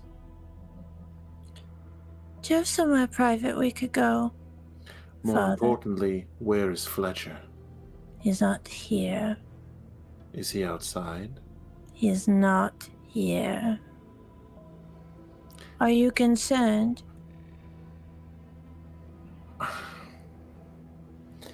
Let's just say I had a visit from the Sword of God themselves this evening, so if your lover is loitering about outside, he is not safe. Bring him in. I offer sanctuary.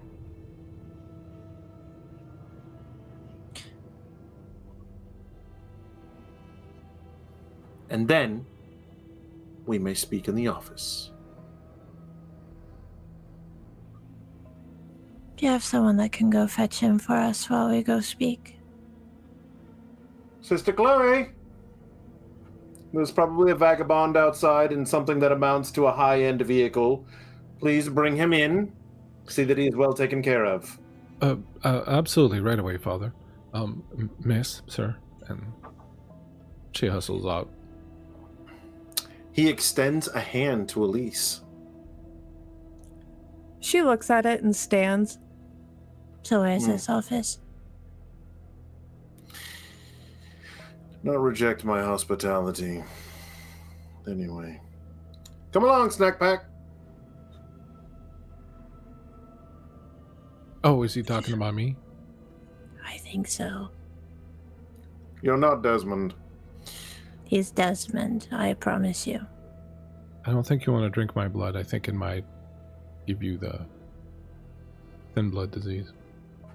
Yes, and according to this book, and he pulls out a small black book, right? And he says, I should kill you on sight simply for being a thin blood, but I'm not. I'm being kind and nice. What's Smack that back. book? This would be the Book of Nod. This is our Bible. And he puts it back inside of his robe. Always keep it close to heart. Stops the stake from time to time. Clever, are we? I didn't survive 150 years off just my charms.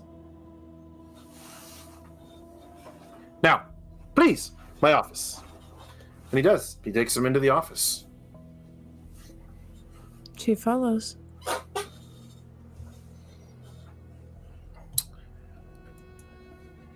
What can I do for you this evening, other than probably keep you alive to see the dawn? Oh, you keeping me alive. Yes. That's a treat. Well, we've actually come here to try and keep you alive.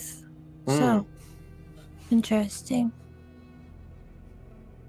You And- said you were visited by a man of God's sword. Yes. The Gladius Day, you know of them? I know of them by many names. Gladius Day, the Second Inquisition, Aegis. They have many names, but they are all the same people. Monster hunters in the name of God. Yes, well, these ones seem to be especially good at what they do. And actually, they're not the same as Aegis. Aegis is an American corporation. These are straight from the Vatican. Aegis are children fumbling around with technologies they don't yet understand. I literally think like Alex just turns and looks at Desmond like with the, who is this who speaks to me as though I asked for his advice? You'd be wise to listen to him, Father. Yes? You would. He knows a lot more than what you think. He's a lot older than what you think. Older than you. Older than myself. Father Dubois founded Claudius Day a long time ago at the Vatican. You did. I did. Or rather, the person I was back then, Father Aidan Joseph. Go on, tell me your fanciful tale. I'll give you the Cliff's Notes versions, but essentially a long time ago, I felt betrayed when a close friend was embraced by a kindred, and I began studying your kind, and in studying I learned things that turned my blood and made me disgusted at what he had become, so I sought ways of destroying your kind. I eventually found support within the church, who were very eager to learn what I knew, and we founded Gladius Day, an order of priests dedicated to the eradication of creatures of the night and such. This was some time ago, as you can imagine, and in the interval I was held prisoner as a soul after I died by a Cappadocian named Dario. I was only recently released during the time of turmoil last year in Venice when the Cappadocian rose and destroyed the Giovanni. By hook and by crook, I now found myself here, but I have gained a new appreciation for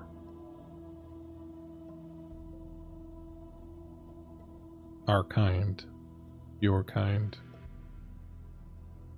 and,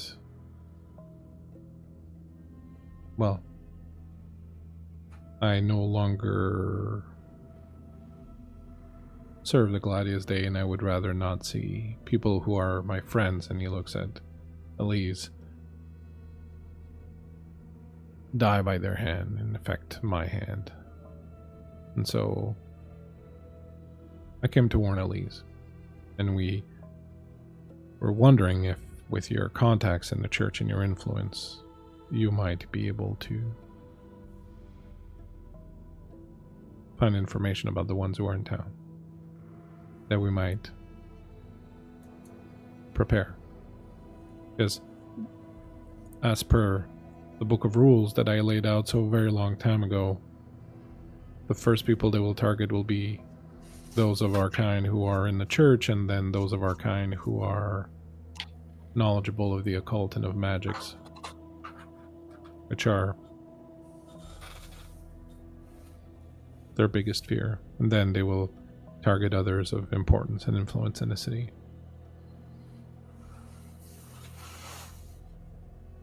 This book? And he holds up the red book. Is this your book? Can I see that?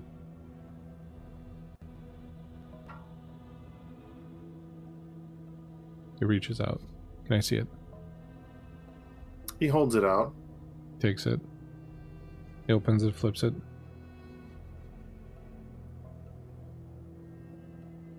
Did you get this from Anna? If by Anna you mean the nun, yes. She was called the Grey Nun. I gave this to her a long time ago. He hands it back to you and says, if you look on page 44, second column, the 5th line is underlined.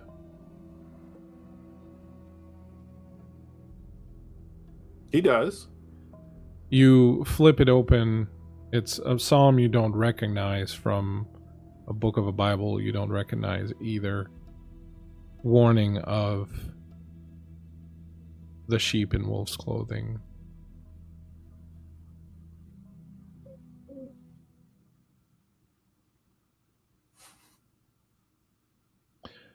Yes, I understand that you're used to the saying being the other way around, the wolf in sheep's clothing. The sheep in wolf's clothing is meant to symbolize the false friend. The one who appears to be strong and steadfast, but will turn tail and bleat the first sign of trouble.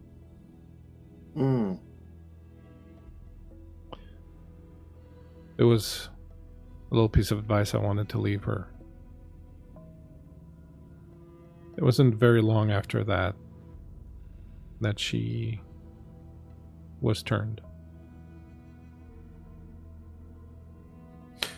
And yet, your order didn't immediately seek her out and annihilate her. Why now? By the time she was turned, I was far away in Europe studying. I didn't learn of it until much later, and by that point, we had more than our hands full in Europe.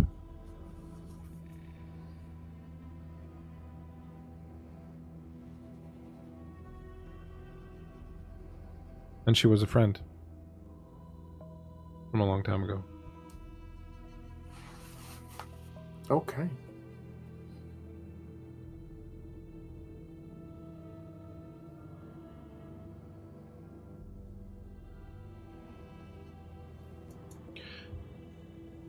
Immaterial, all of this, except for what we do here and now. You said they were here tonight? Yes. Then they're coming for you.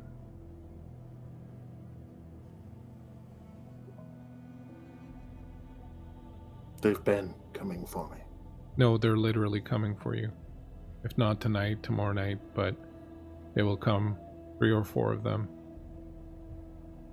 just before dawn. And they will walk into your church and they will light it up like it was noon. And you will burn away.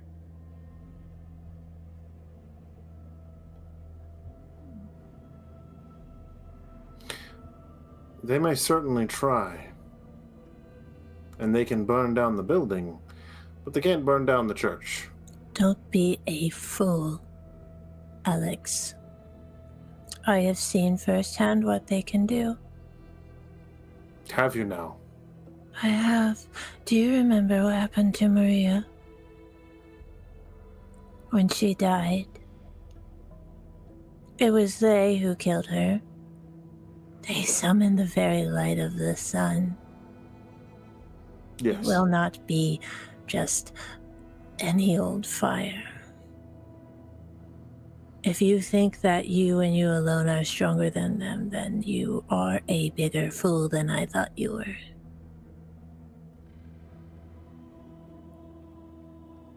The only ones who can summon daylight are... That doesn't make any sense.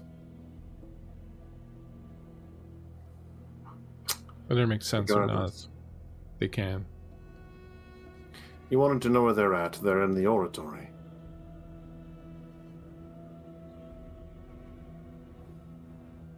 The biggest obstacle we ever encountered were in those cities where kindred banded together. Hmm? Our approach was always to isolate, take them down one at a time, target the ones with no friends first. Once fear settles in, they turn on each other very quickly, and then it becomes easier to hunt them down. Sure.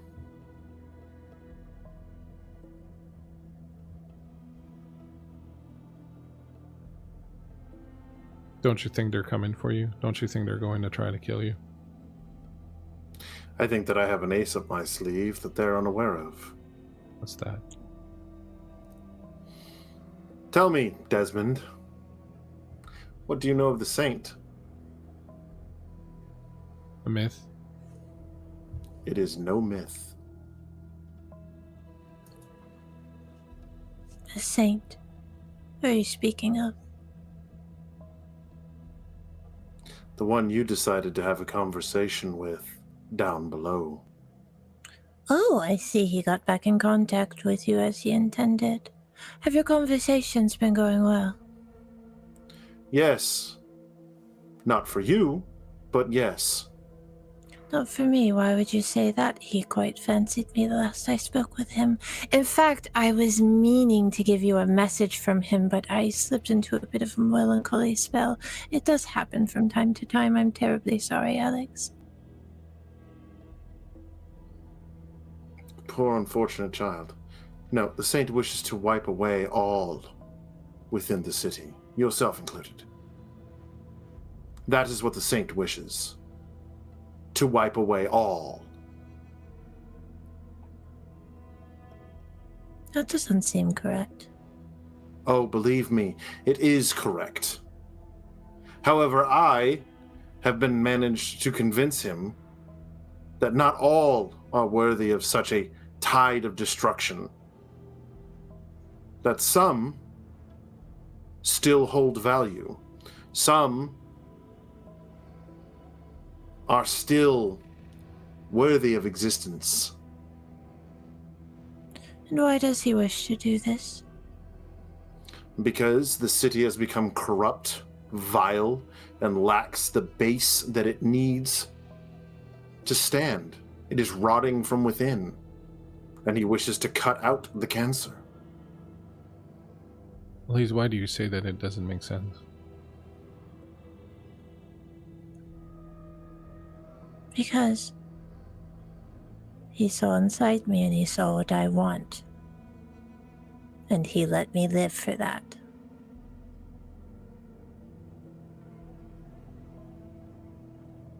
Is the saint, as the myths say, Malkavian, of your blood? He is.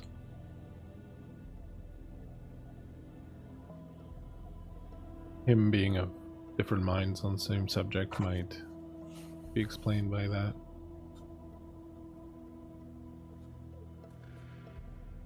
Or maybe he just likes chaos. My understanding is that, and perhaps Father, you can tell me if this is true or not, but he spent some time awake posing as someone named Brother Andre, helping the poor of this city, and he was canonized for it. He became a saint because of it. This is correct. If he's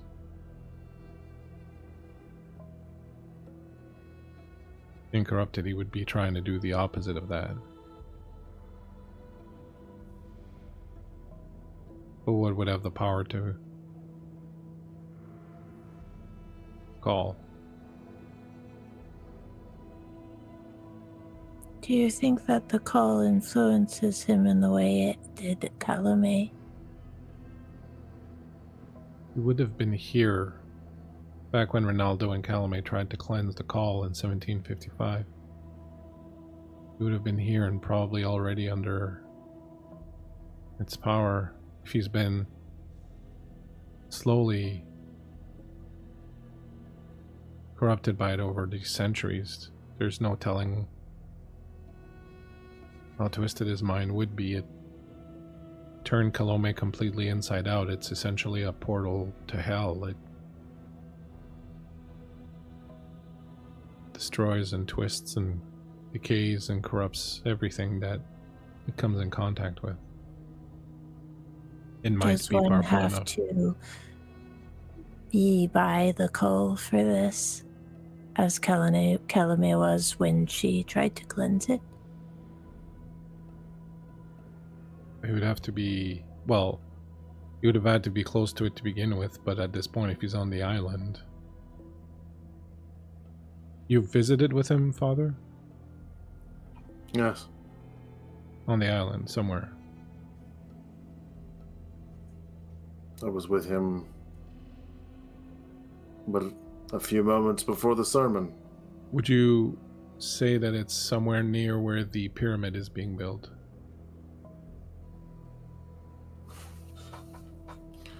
GM, help me out. Map-wise, in my brain. That is correct, yes? Thinking about where that point is at and then where that's Yeah. at, because I didn't walk that far. No. Yeah, yes.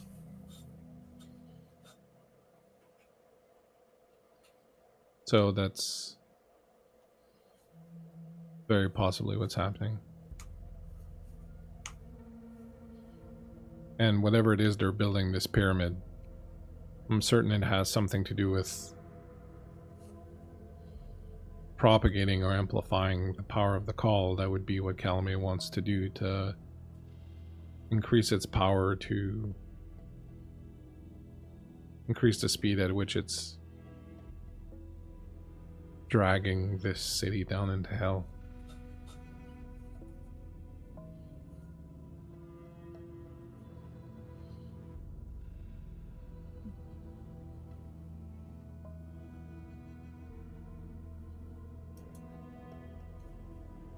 Perhaps we could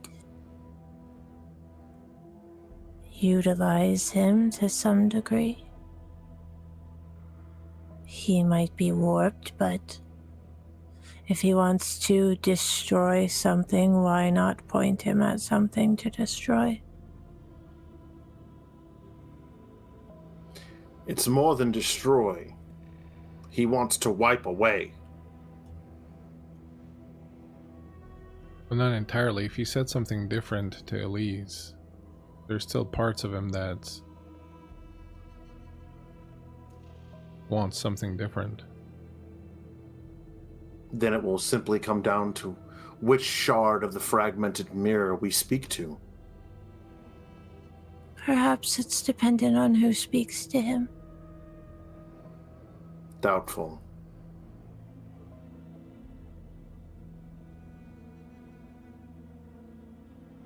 Would you say, Father, that your state of mind was not one that desired the cleansing or the destruction of the city when you met him? I'm not accusing you of this. I'm simply trying to see if what Elise just said might make sense, that he was only reflecting what he saw in you. I petitioned that not all should be destroyed. I petitioned that there are those still within the city who, again, hold value and merit. I have to admit, Elise being one of them. And he was amenable to this. He was amenable to delayed cleansing.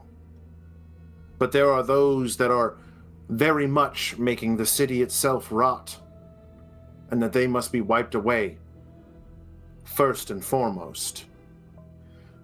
So I do believe that if anything, we've simply delayed the inevitable. And does he expect you to do this for him all by your lonesome? I have the means, and I can. And what is that? What is what? The means. The means? Did you not see the congregation? Do you not see that I have eyes and ears and influence on every scope of this particular city? You see, you can control the mortal through sin, and that is exactly what I do. You indulge in it, I control it. And how do we use that to get to the Gladius Day? Very simply. We show them where a red book sits. And a red book sits on the prince's desk. You're correct, I've seen it. I highly doubt the prince is a member of Gladius Day. What would setting Claudia's Day onto the prince accomplish? She wishes to see the city crumble and fall. She does. She does. This is all some sick form of art to her, to watch it rot from within like a cancer. We may be lunatics, but we're not idiots. And we have seen it. And the network is strong.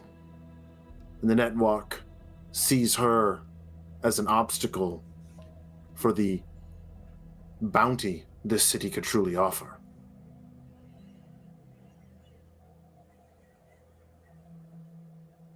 So we direct them at her, and then what? Well, if it holds true, she has considerable assets at her disposal. She has members of the Primogen Council. She has an entire Rolodex of individuals who would come to her aid. In theory, mutually assured destruction. Gladius Day will try and take their out. She will try and retaliate in turn. And when the dust settles, there'll be a few of us left, and we'll start anew.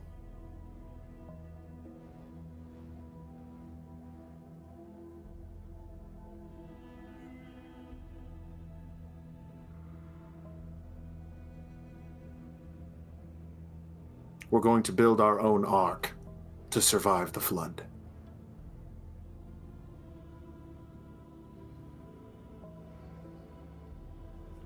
Would it interest you to know that the prince is not a Toreador?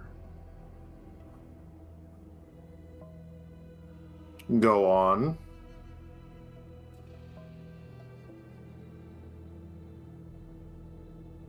I recognized her when we met her a few months ago. Around the same time that Ronaldo was turned. There was a gangrel in this city. Her name was Marie. She was the protector of the city. The fact that the city was called Ville Marie was because of her. She was there when Ronaldo and Coloma attempted to cleanse the call. Something happened to her.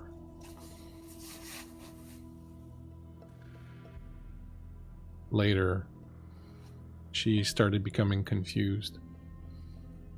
This woman named Maria, who was a human who had also done a lot for the city, was killed by General Montcalm, the general of the fortress of Montreal.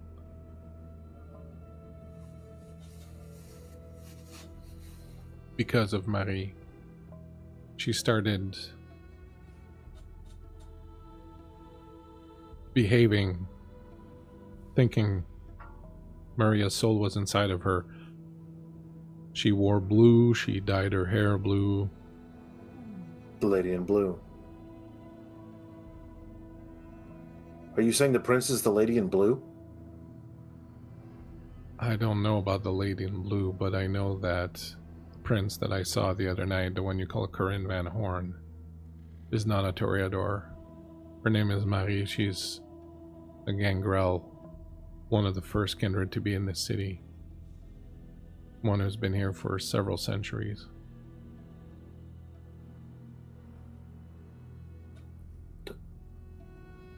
She was the greatest defender of this city and now has been twisted enough that she wants to see it decay and be destroyed.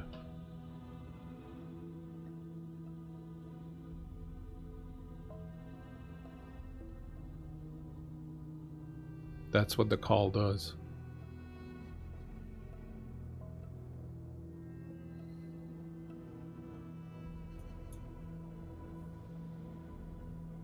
You, Father Dubois, know that Corinne, the prince, had a lover for a long time that was an elder Malkavian in the city. Mm-hmm. She had blue hair, and everyone assumed that Corinne had taken the blue hair as a tribute to her after she answered the beckoning and went to the Middle East. Mm-hmm.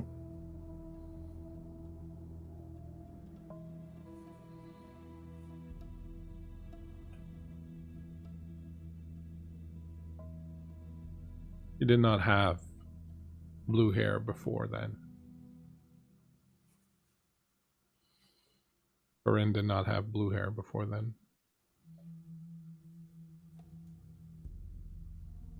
And just to clarify something for Kurt, Yeah. you're not meant to completely understand that yet. You're missing stuff, but you're missing some parts of it, but it's something your character would...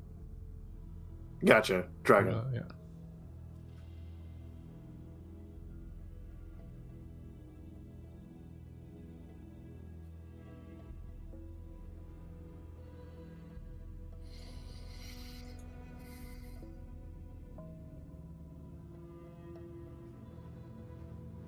I assume this call has affected a lot of people here. It seems that good intentions are turned to bad very quickly. It happened with Calome, it happened with Ronaldo, it happened with Marie, it happened with the Saint.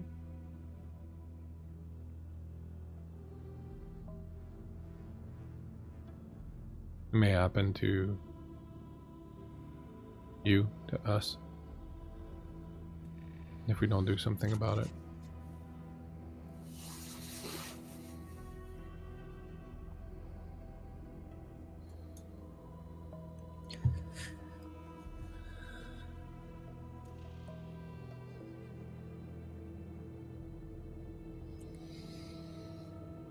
I think this city needs to be cleansed. I think we all agree with that. I think where we are diverging a little bit is in exactly what kind of cleansing needs to happen.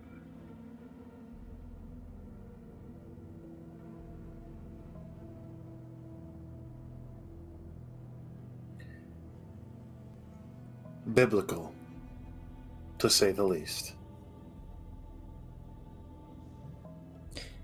Your silly Christian God has no place here.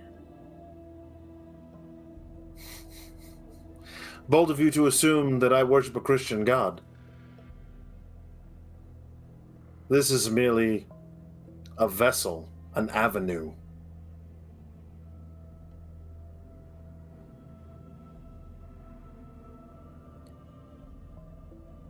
I think we all have our own parts to play in this cleansing, and I think your plan with the prince and Gladius Day is a perfect way to execute your cleansing. I think it's much needed. And I think you should do that.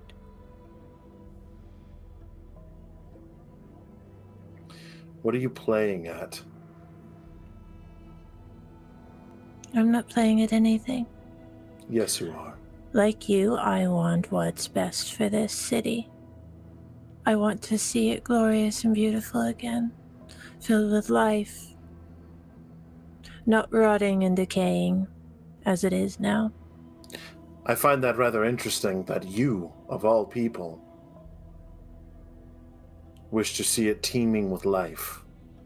Why would you be so surprised by this? Because you lack it.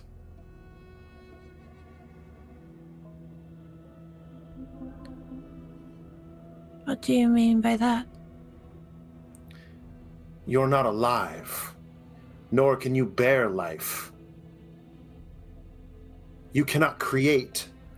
You can only destroy.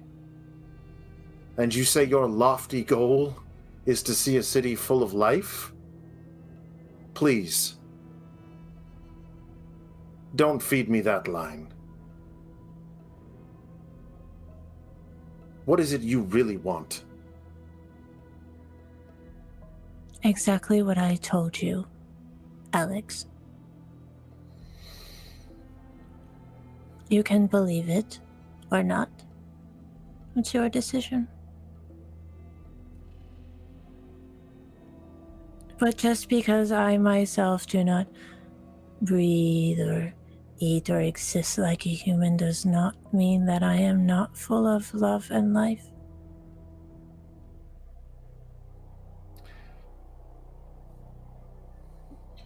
There's something I've come to learn, Father, is exactly that. I started out reviling kindred as being nothing more than parasites and leeches, and the very antithesis of what God preaches, the biggest offense to God that there could be. Death is supposed to be final. You're not supposed to continue after death, but if there's anything I've learned living amongst you when I was possessing Dario's body for a year, is that it is possible to be kindred and still have human emotions, and still remain in touch with one's humanity, and still want to see good things prevail. How can you desire to see good things prevail knowing that you are forever the shadow of that good thing? All good things need a shadow to make them stand out. If that is our lot, to be the shadow, then it doesn't mean we have to swallow the good thing. It just means that we are there to make the good thing shine even more. That's a choice, Alex. Father, sorry. That's a choice that one has to make. Sometimes the good things need shadows to protect them in the darkness so that they can bloom in the light, Father.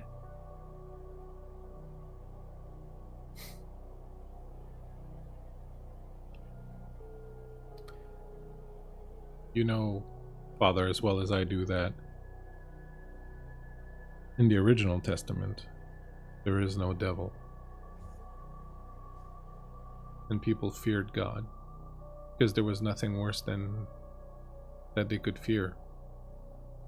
When the revised edition came out, and suddenly the angel known as Satan, whose job was simply to cast boils on sinners, became the archenemy,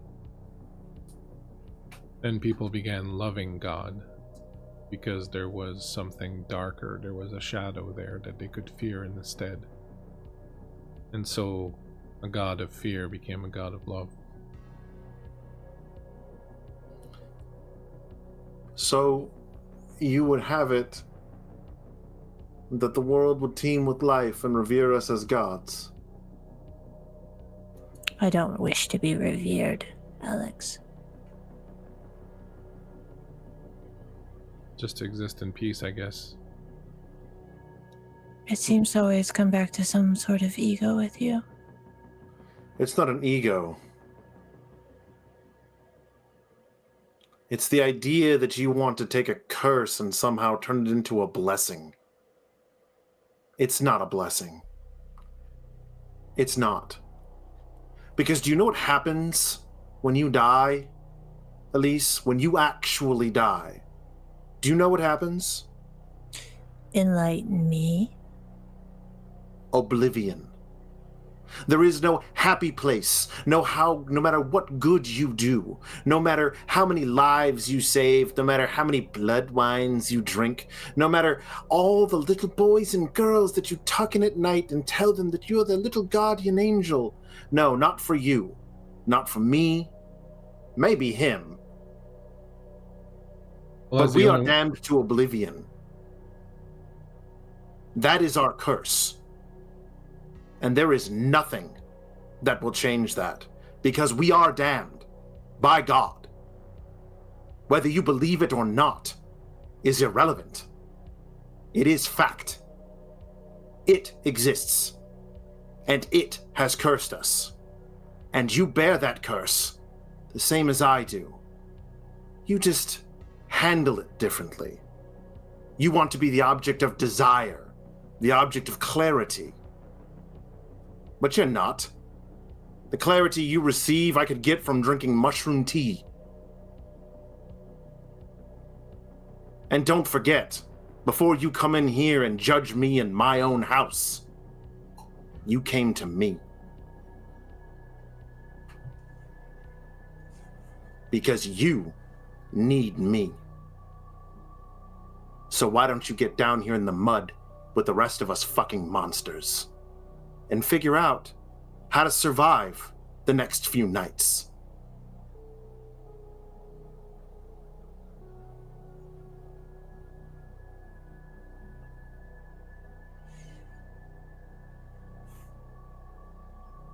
So,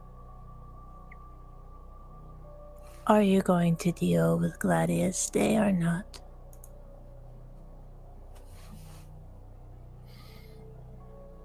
The man you seek is Father Brandon McCleary.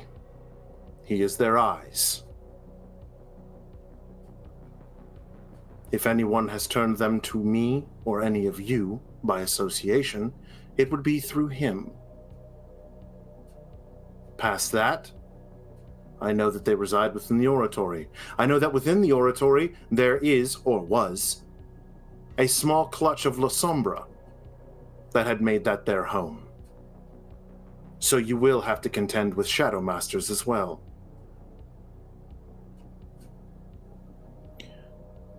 I know one of those Lasombra. Well, I don't, but Dario did. When we met them, Elise, you remember that night? I was still in Dario's body, and one of them recognized Dario, and I didn't know who he was. But when I spoke to Dario later, he explained that this Decius is his name, was a Lasombra that Dario knew a long time ago in Constantinople, that the two had a convoluted relationship.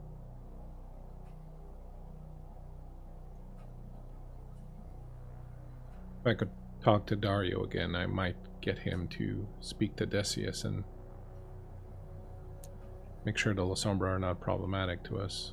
Unless you have a couple of Lasombra hanging around that you could have to go and do this for us. And where is Dario now?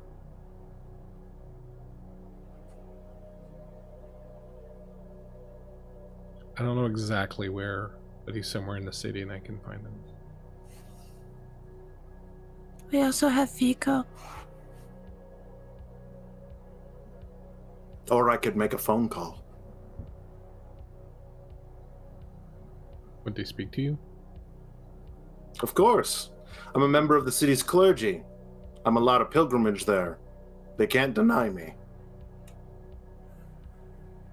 And perhaps we try that first, and if that doesn't work, we reach out to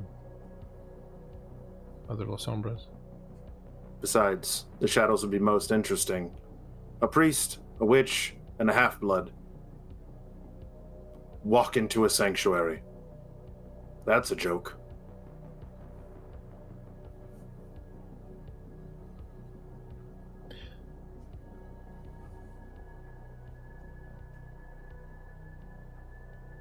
One thing you said, Father, that I think is absolutely right.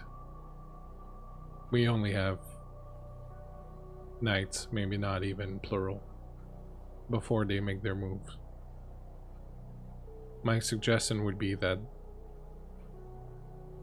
the father makes his calls, talks to the people he needs to talk to, and that we start pulling our allies close. The more kindred are clutched together, the less likely they are to attack. They can't comfortably handle more than one or two at a time. Against one or two, they are unstoppable, but more than that, and they're not as efficient. If you have friends, I would suggest we start calling them and bringing everybody close.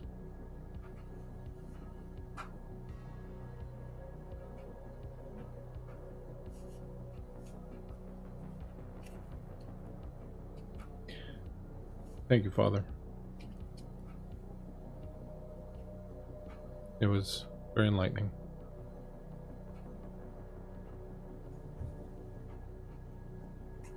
Is there anything else, Elise? I want to go home now. Take you back. We'll be in touch, I'm sure, Alex.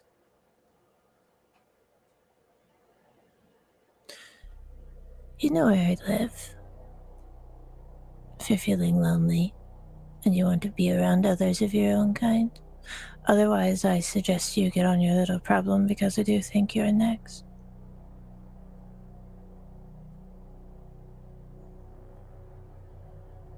Desmond holds the door open for you.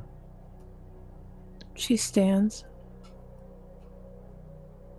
Go Walks with towards God. it. Walks out the door. Desmond looks at the red book for a bit longer and then says, I hope she died well. She lives on, after a fashion. I guess not everyone goes to oblivion.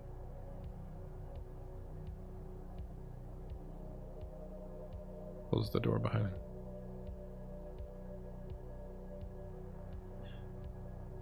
And that, I think, is a great place for us to end tonight.